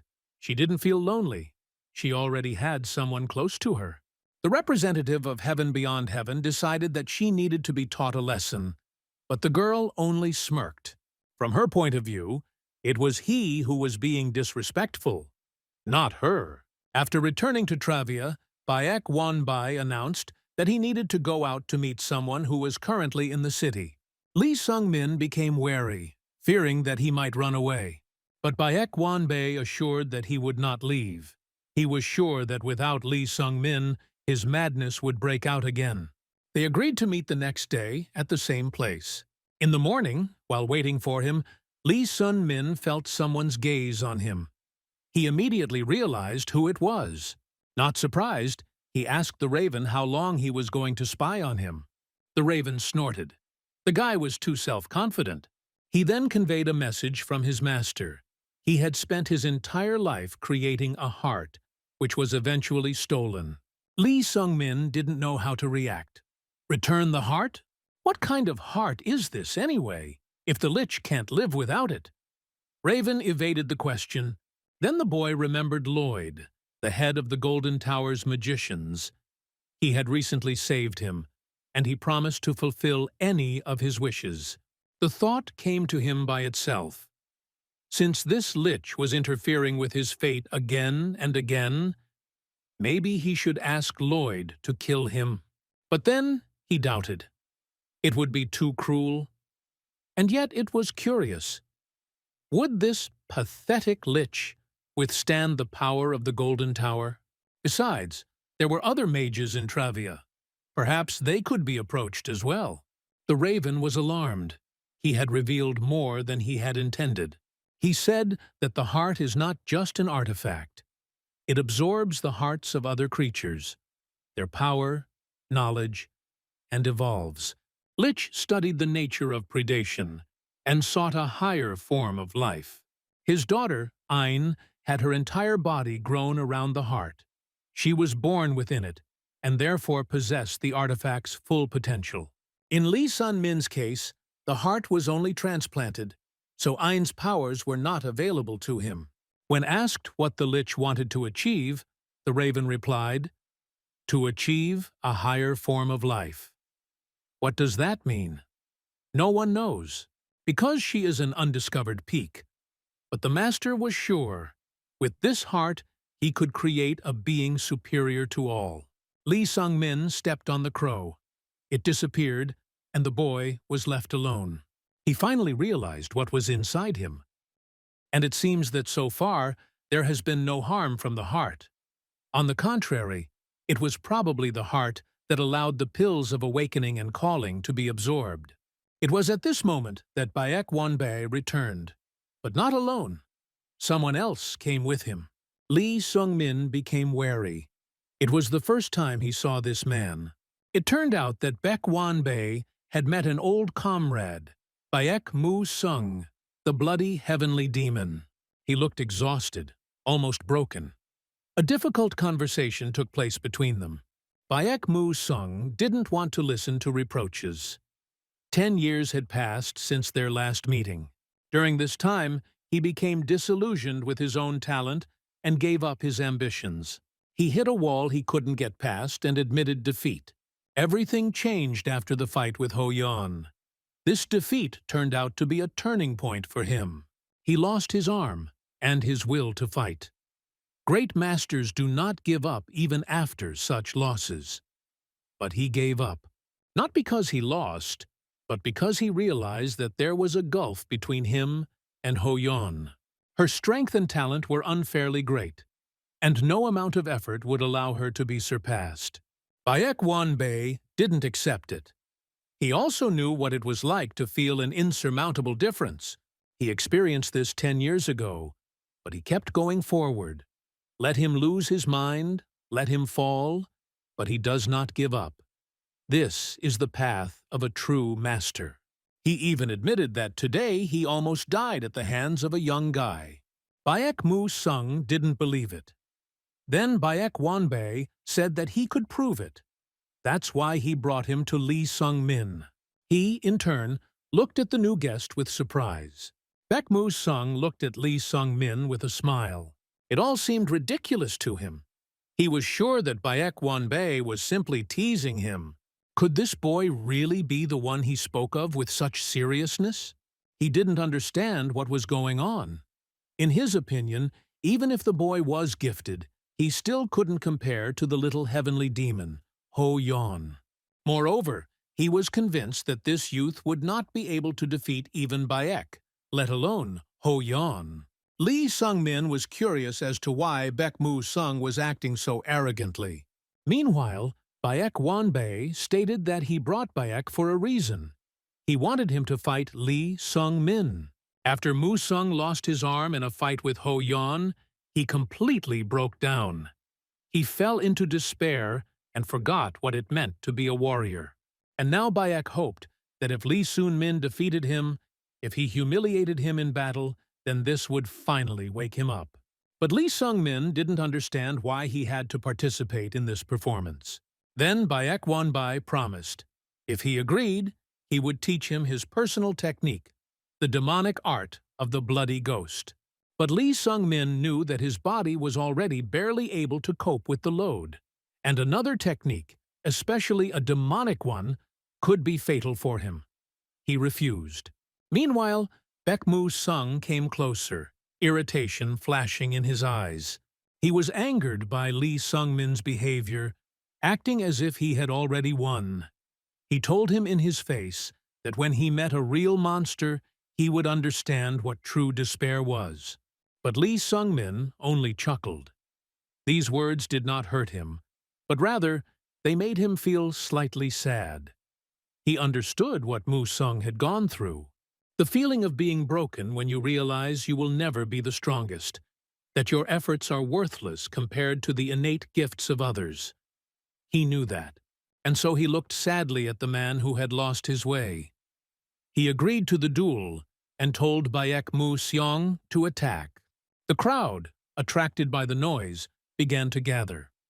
The spectacle promised to be impressive. The fight of the bloody sky demon. Baek Sung activated his technique, the blood mist phantom art. Despite the loss of his arm, despite his despair, he could not afford to lose to some boy. He put everything that was left of his former self into the blow. Baek Sung really wanted to kill Lee Sung-min, but the fight didn't go according to his plan from the very beginning. Lee Sung-min moved quickly. He dodged deftly, working his legs in such a way that it seemed as if he predicted every move of his opponent. His spear slid through the air like a snake, coming ever closer. Baek Sung frowned. He recognized the elements of the reckless sky demon technique. But where from? This guy shouldn't have that level of chi. He tried to break through, but Lee Sung-min, remembering everything Baek Sogo had taught him, moved perfectly. He passed Peck again and again, closing the distance. And finally, the spear rested against the blood demon's throat. Victory. Baek Seong didn't want to accept it. He was choking, but not from the wound, from the realization that he had truly lost. And again, fighting with one hand, without training all these years, he remained at the bottom. Then Lee Sun-min noticed that the man was even worse than a worm. His internal energy is rotten, his technique is dead. If he had continued to train after his defeat, the result would have been different. But he wasted all these years in vain. Now the decision was his. No one could lift it, except himself. Baek Wanbai watched silently. He still believed in his comrade. He believed that he could do it, that he would rise again. Lee Sung-min knew what it was like to lie in the dirt, feeling everything inside him die. He also knew that not everyone returns. Baek Sung lay looking at the sky. Then a figure appeared next to him. Janiela. The man raised his head with difficulty.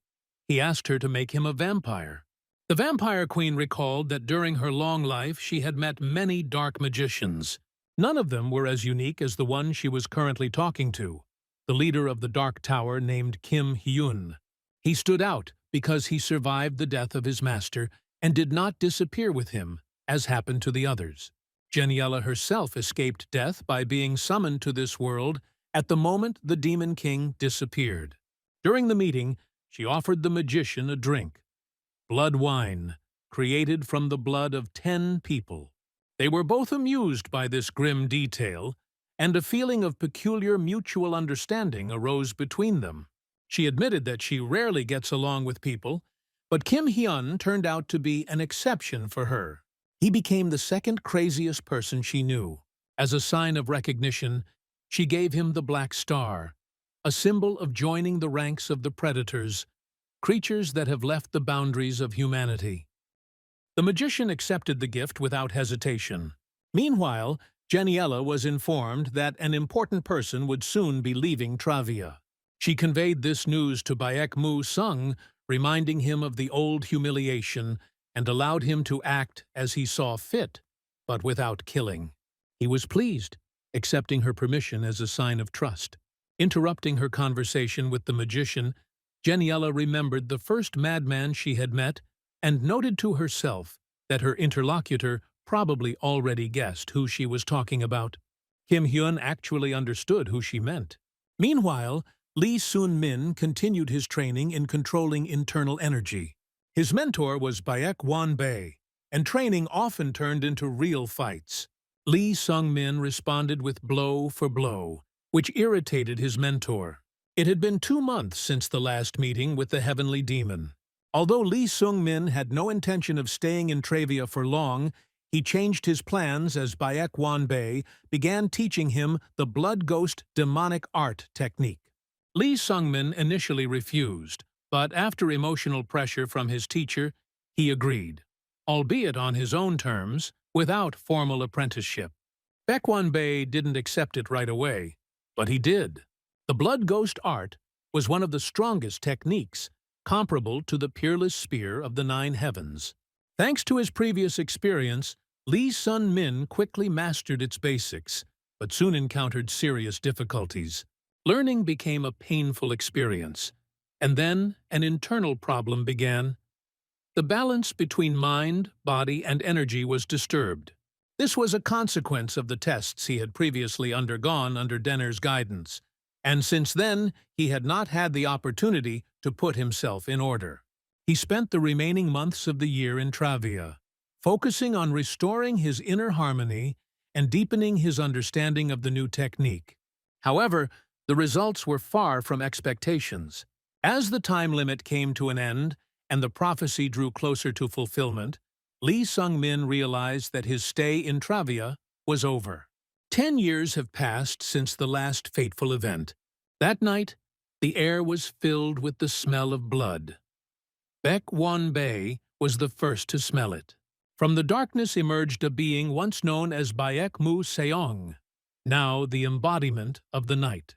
A creature shrouded in scarlet smoke approached, emitting an ominous aura. It was Baek Mu-seong, transformed beyond recognition. Baek Won-bae was stunned. He did not understand why he took such a step, forgetting about his military path and all previous instructions. But Baek Mu-seong no longer believed in martial arts. It could not return his lost arm. He strove for completeness, for completion, and now he came for the only thing that could give him satisfaction: a duel with Lee Sung-min. He made it clear that this fight was not for others. No one was to interfere, not even Baek Won-bae. The Vampire Queen did not allow him to kill Lee Sun-min, but she did allow him to break his will. That was what he was going to do.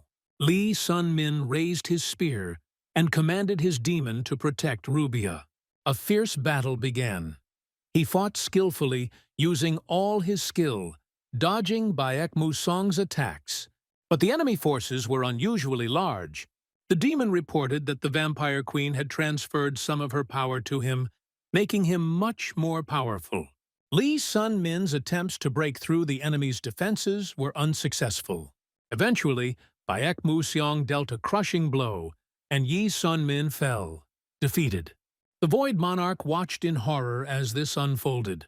Baek Mu-seong walked towards the fallen body, but Baek Won-bae stood in his way. He couldn't let this end in murder. Normally, he wouldn't interfere if it was a fight between 2 warriors, but here he saw a monster attacking a man, and therefore he could not stay away. Baek Mu-seong became furious and accepted the challenge. Their fight flared up with renewed vigor. Meanwhile, Rubia gave Lee Sun-min an elixir in an attempt to bring him back to life. The Void Monarch watched him anxiously. Even if he woke up, neither he nor Baek Won-bae would be able to defeat Baek Mu-seong. The Vampire Queen's gifted power was too distorting to balance. The Void Monarch knew that the only way out was to convince Lee Sun-min to accept his power. Otherwise, they were doomed. At this time, Lee Sung-min found himself in another dimension. He observed his body from the side, saw himself lying unconscious, and realized that he was not ready to die. He hadn't met Ho Yeon yet. The thought of death was premature. Suddenly he woke up. His internal energy flows stabilized. Harmony between body, mind, and energy was restored. The Void Monarch was shocked. Something had changed in him. Lee Sun-min stood up, full of determination. Rubia tried to hold him back. He had just been teetering on the brink of death. But the Void Monarch realized that this was where the power of the black heart that Lich had spoken of manifested itself. The heart not only brought him back to life, but also transformed his body. It was evolution. The monarch began to suspect that the heavenly demon was not the chosen messenger. No matter where they ended up, their path would still lead to him. The true messenger was this young vampire. He was the one marked by chaos. Lee Sung-min approached the combatants again. Baek Won-bae was not surprised. He asked what had happened, and heard in response only that stubbornness and willpower did not allow one to die so easily. The boy remembered Bulin's words, "He is the favorite of the god of chaos." It was from the hand that belonged to this unknown deity that he received a blessing. But the meaning of this gift remained unknown. Lee Sun-min decided that he would use it to fulfill his own path. The vampire sensed a change in the boy's aura. The enlightenment achieved on the brink of death transformed him. However, Baek Mu-seong was not going to give up. He attacked again, putting all the strength he had received from his mistress into the blow. Lee Sun-min stood firm. When the enemy was surprised to see that he was not using his spear, Lee Sun-min replied that it was not time yet. Using weapons prematurely will end the fight before it even really begins.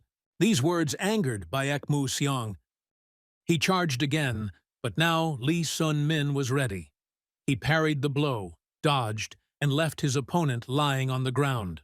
But even now, losing, Baek Mu-seong did not resign himself. He was going to disobey the queen's order and kill Lee Sun-min and the heavenly demon to restore his name and honor as the bloody heavenly demon.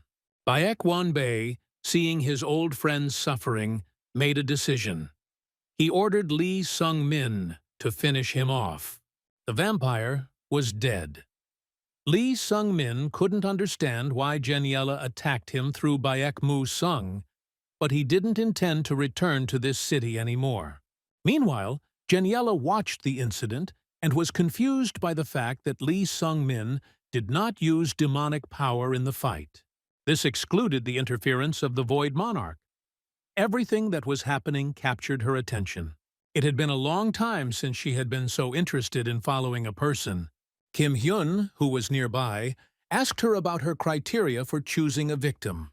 The queen replied that a person must be distinguished by strength of spirit and the ability not to fall into despair. However, it was despair that remained the most terrible threat to such people. Kim Hyun suggested that there were many such individuals, but Jeniella disagreed. In her eyes, he himself was a strange creature located between human and non-human nature. He was already living in a state of despair, and therefore his fall was of no interest to her. She did not wish to make him her subject. She claimed that she could predict his fate. Attempts to achieve what he wanted would end in failure, and the ending would be dark and painful. Kim Hyun left her with a grin. He realized that he had become part of the predators. Being in the north lost its meaning. The vacation he had taken in the tower was coming to an end, and he had to return home. In his thoughts, he again returned to the apocalypse, its apostle and eternal causality. Everything indicated that their meeting with Lee Sun-min was inevitable.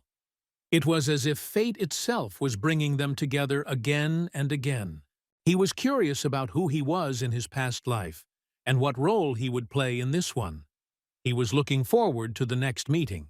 The central city of Area, Rubes, was a place of luxury and dreams, home to the world's most important institutions, the magic guilds, the golden and bloody towers, and the main center of the mercenary guild.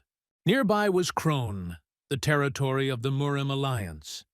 Therefore, the city was filled with mages and martial artists.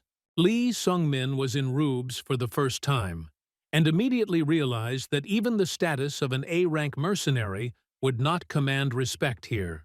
The girl at the entrance checked his documents, surprised to find confirmation of his status as an S-rank mercenary.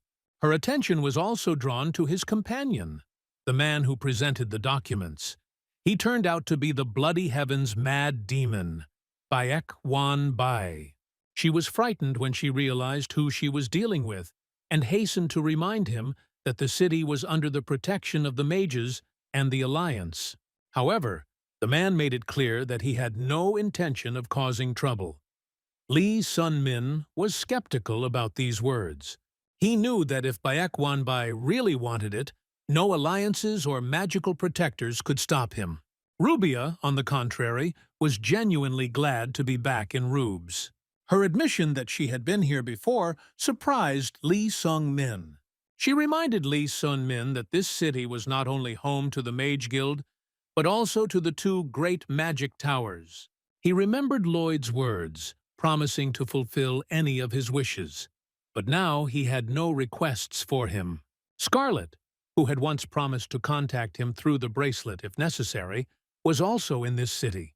Since there had been no contact for several years, Lee Sun-min came to the conclusion that everything was fine. Rubia mentioned that her master had also not contacted her for a long time. She was going to leave a message for him at the Golden Tower. It turned out that Lloyd, the tower's leader, was the tower's master's apprentice, information only known to mages, which once again astounded Lee Sung-min.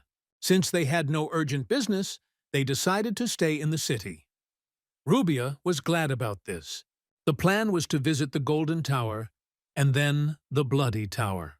Lee Sun-min was amazed by the grandeur of the local station. He could hardly believe that such a thing was possible. Rubia explained that it was created in collaboration between mages and dwarves.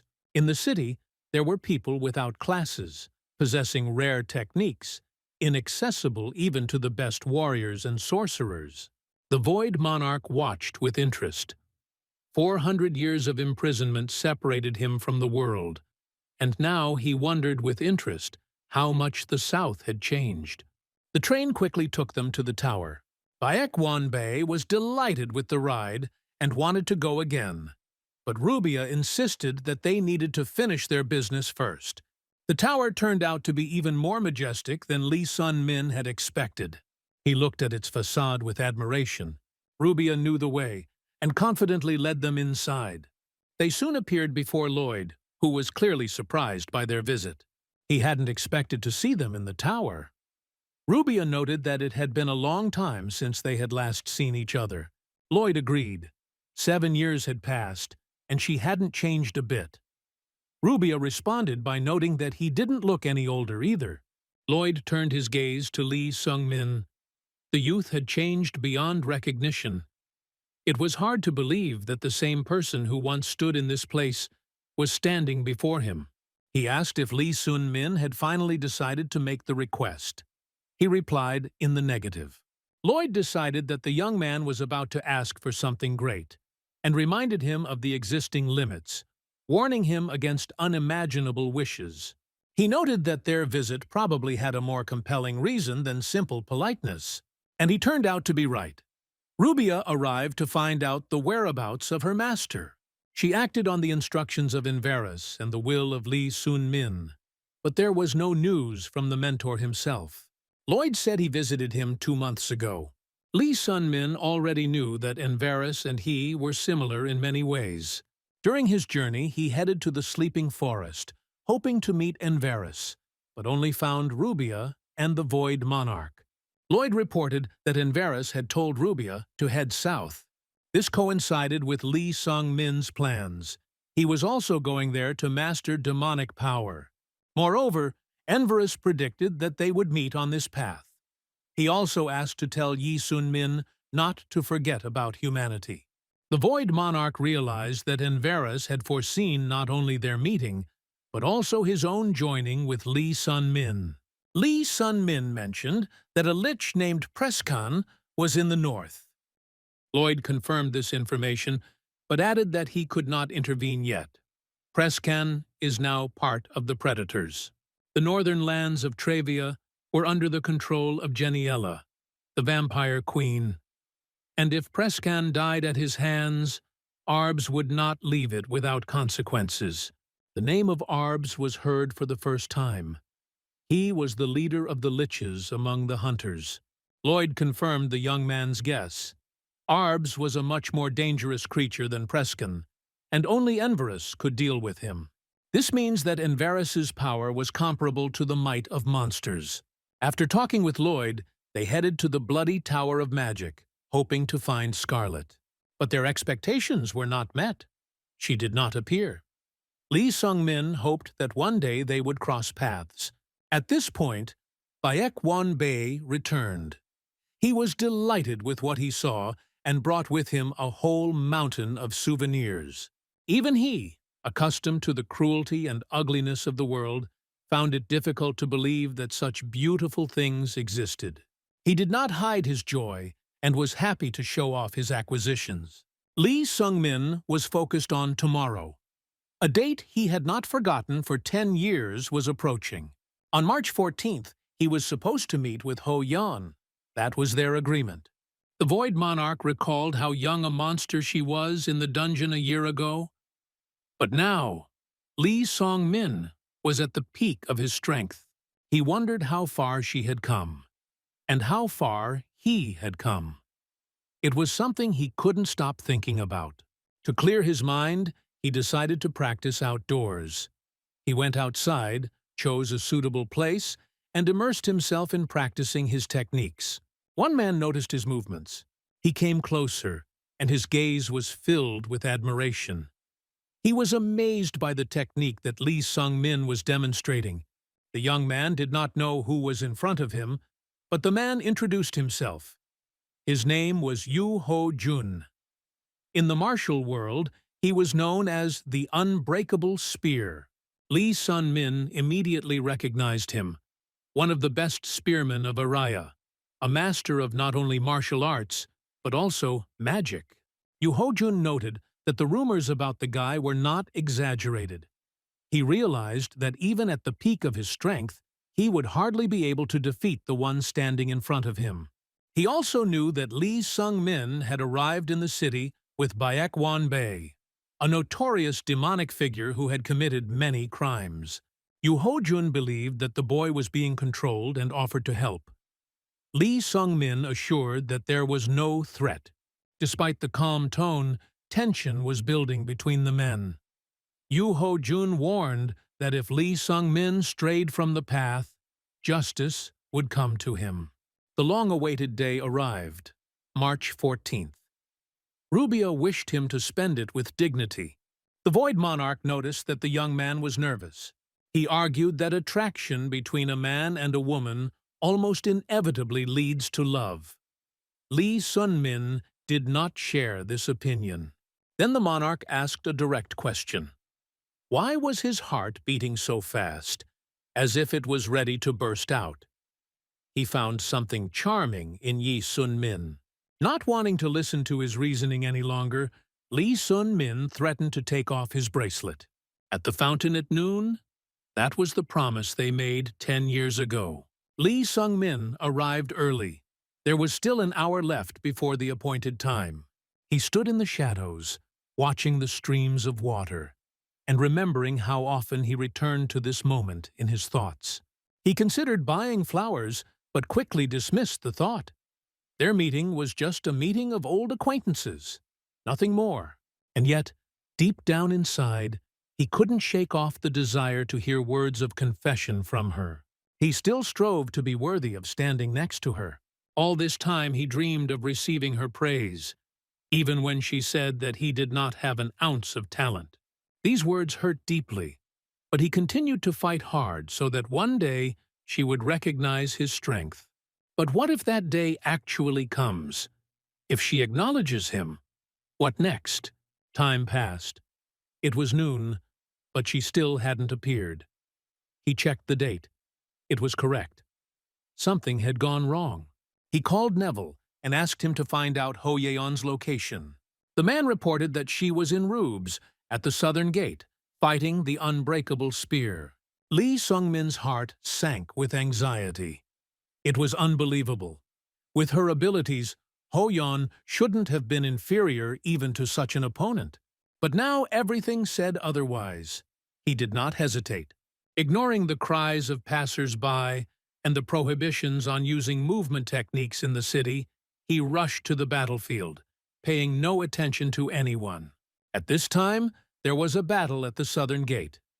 Ho Yeon fought, but her opponent remained calm. He noted to himself that the girl did not live up to her reputation.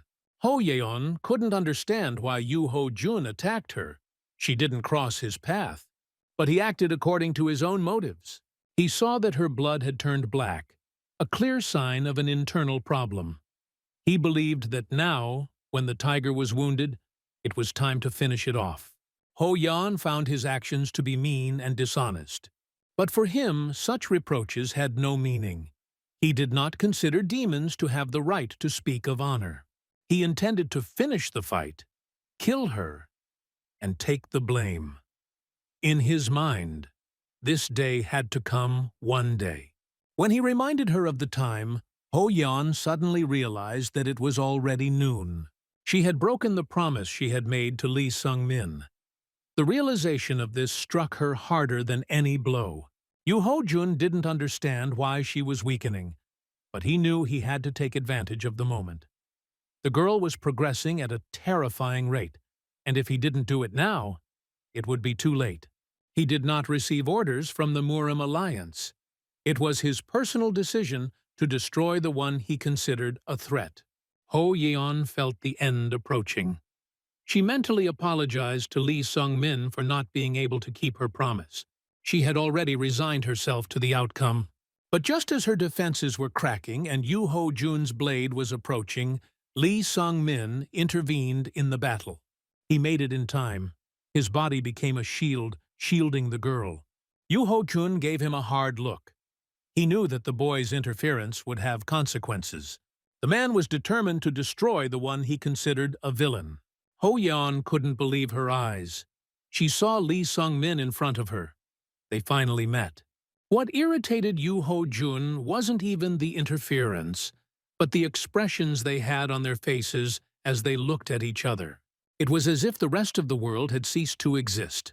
He rushed to attack, but Lee Sun-min managed to intercept the blow. His spear, filled with determination, stopped the blade. Lee Sung-min watched the enemy closely. Yu Ho-jun's armor was recovering at the same speed as his own. However, this was not the only thing that was alarming. The stance with the spear, the technique of the movements, everything indicated that before him was a warrior of a different order, not subject to the usual system of martial arts. The enemy activated the boost again, then the acceleration. He rushed into the attack like a whirlwind. This was followed by a magical explosion, causing Lee Sung-min to dodge. He realized that Yu Ho-jun was not just a fighter. He also had combat magic. The fight promised to be tough, but Lee Sung-min was no longer the same as before. With each passing second, the fight became more and more fierce. Each blow of the spear was on the verge of death. However, thanks to his tenacity and experience, Lee Sung-min managed to turn the tide of battle. In the end, Yu Ho-jun was defeated. Onlookers and passers-by began to gather around. Lee Sun-min sensed danger and could not stay here.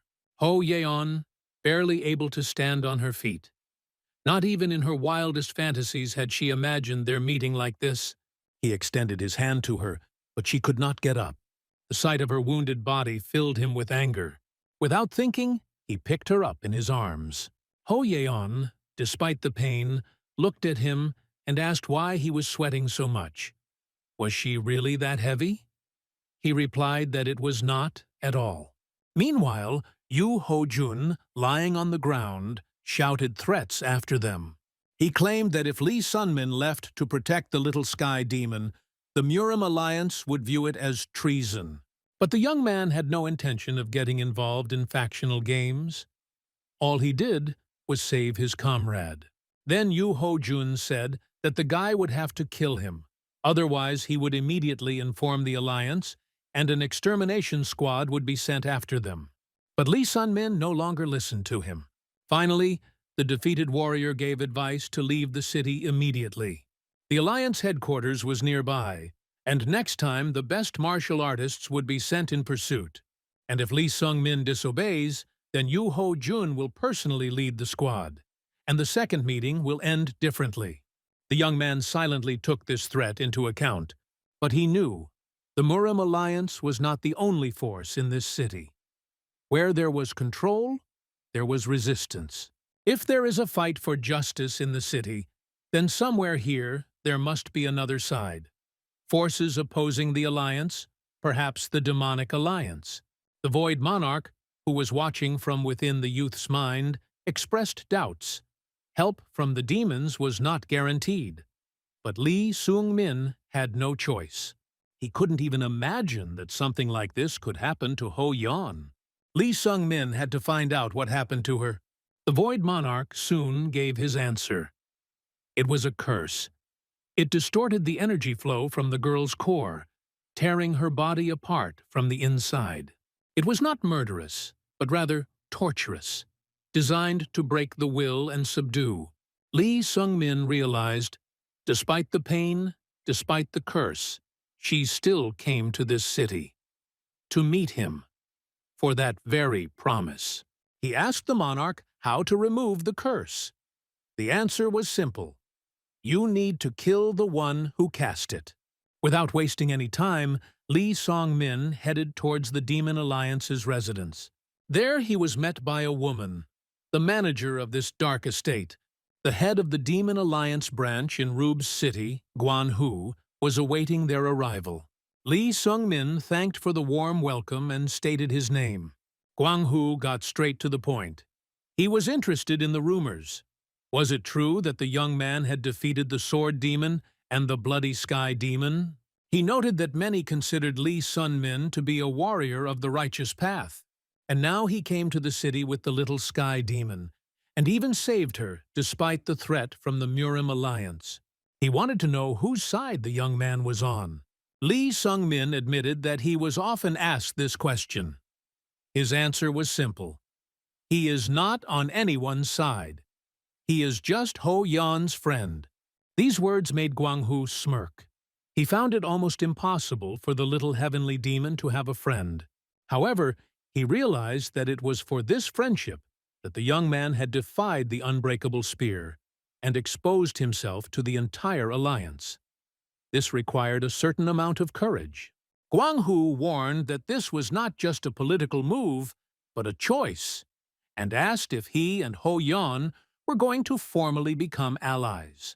Lee Sung-min was honest. He said that he couldn't decide for Ho Yeon. Then Gwanhu spoke more directly.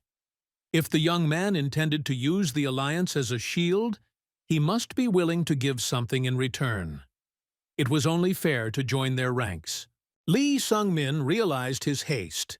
He apologized and admitted that he may have acted rashly. If he couldn't find support here, he would have to turn to Lloyd from the Golden Magic Tower, even if the chances of help from there were slim. He was about to leave, but Gwanhu stopped him. The man said that regardless of their decision, the demonic alliance would take them under its protection. This was a direct order from the alliance leader. Even if Lee Sung-min and Ho Yeon refused to join their ranks, they would not be denied assistance. After this, he ordered them to be taken to their quarters for rest and recovery. As he left, he warned that maintaining neutrality in this world is difficult. The Void Monarch called Lee Sun-min's path walking on the edge. He wondered how long the young man could maintain his balance. But her thoughts were interrupted by a weakening voice. Ho Yeon was beginning to come to her senses. Lee Sun-min told the monarch to be silent. He turned to the girl and asked if she could hear him. She opened her eyes with difficulty. The young man asked her not to move and continue to rest. He said that he knew about the curse, and he wanted to know who did it. Ho Yeon stated that he was not stronger than her, even if he thought so. She fought this enemy for 3 days and was unable to defeat him. In the end, he put a curse on her. She didn't believe that Lee Sun-min could handle him, but the guy was sure he could handle it. Ho Yeon looked at him in surprise, then she smiled faintly. She announced the name of the culprit, Lord of the Fist, one of the lower members of an organization calling itself Heaven Beyond Heaven. The name made Lee Sung-min remember Baek Won-bai's story, where he said that the wound on his back was caused by the Sword Lord, also from this mysterious group. Ho Yeon was touched by the boy's concern. She was pleased to see how worried he was. But she wasn't going to push her problems onto others. It was her business, and she intended to solve it herself. The young man did not understand how she was going to fight in such a state. The girl chuckled. She didn't expect to hear from Lee Sung-min that he would save her. Once upon a time, it was the other way around. Ho Yeon looked at him seriously and asked if he was worried just because they were friends. Then, after some hesitation, she made a request. He replied that he would do whatever she asked. Ho Yeon admitted with a tired smile that she was very hungry, but her fingers wouldn't obey. Lee Sun-min didn't understand at first. Then she directly told him to feed her. While they remained under the protection of the Demon Alliance, Lee Sung-min did not waste any time. He tried to gather more information about the mysterious organization Heaven Beyond Heaven, using all the connections he had. However, even Inveris, with his vast network of informants, knew almost nothing. No one could say anything about the way to remove the curse from Ho Yeon either. Lee Sun-min became increasingly convinced that the answer lay in the south. The monarch of the void only confirmed his guess. It was there, on the distant frontiers, that a solution might be found. Meanwhile, traces of their presence may have already been discovered. The Murim Alliance hounds were surely on their heels. Lee Sung-min had to make a decision, and quickly. He asked Gwang-hu how the Demon Alliance protected its members. He answered directly, "Most of their fighters are demonic people who master demonic martial arts. These techniques are incredibly powerful, but also dangerous. They change the very essence of a person." Gwang-hu did not hide it. It is difficult to control. Some cannot stand it, lose themselves, and become monsters. When that happens, the Alliance's protection over them disappears. The young man nodded. He had made a firm decision. Lee Sun-min was about to leave the walls of the Demon Alliance. Gwang-hu looked at him intently and asked, "Is he sure of his choice?" But Lee Sung-min immediately felt that the voice had changed. It was no longer Gwang-hu. He had already spoken with the head of the entire demonic alliance. The man explained that he had previously spoken through a device installed on the head of the Black Branch. He asked if Lee Sung-min was leaving because of little heavenly demon. The young man did not lie. Yes, it was for her sake that he decided to abandon the alliance's protection. The leader allowed him to leave, but he finally conveyed a message. Lee Sun-min is now walking a gray path, but if he ever chooses darkness, he should come to the forest of Legros. That's where they will meet. They set off. Baek Won-bae watched Ho Yeon. He was amazed by her strength. At 23, she had already achieved what others did not achieve in decades. This delighted him. When the girl fell asleep, Lee Sung-min spoke to the bloody heaven demon. He didn't beat around the bush. He needed help, but he already knew what the young man was going to say. He calmly replied that he had been fighting the Murim Alliance for decades. The fact that they were now being hunted was nothing new to him.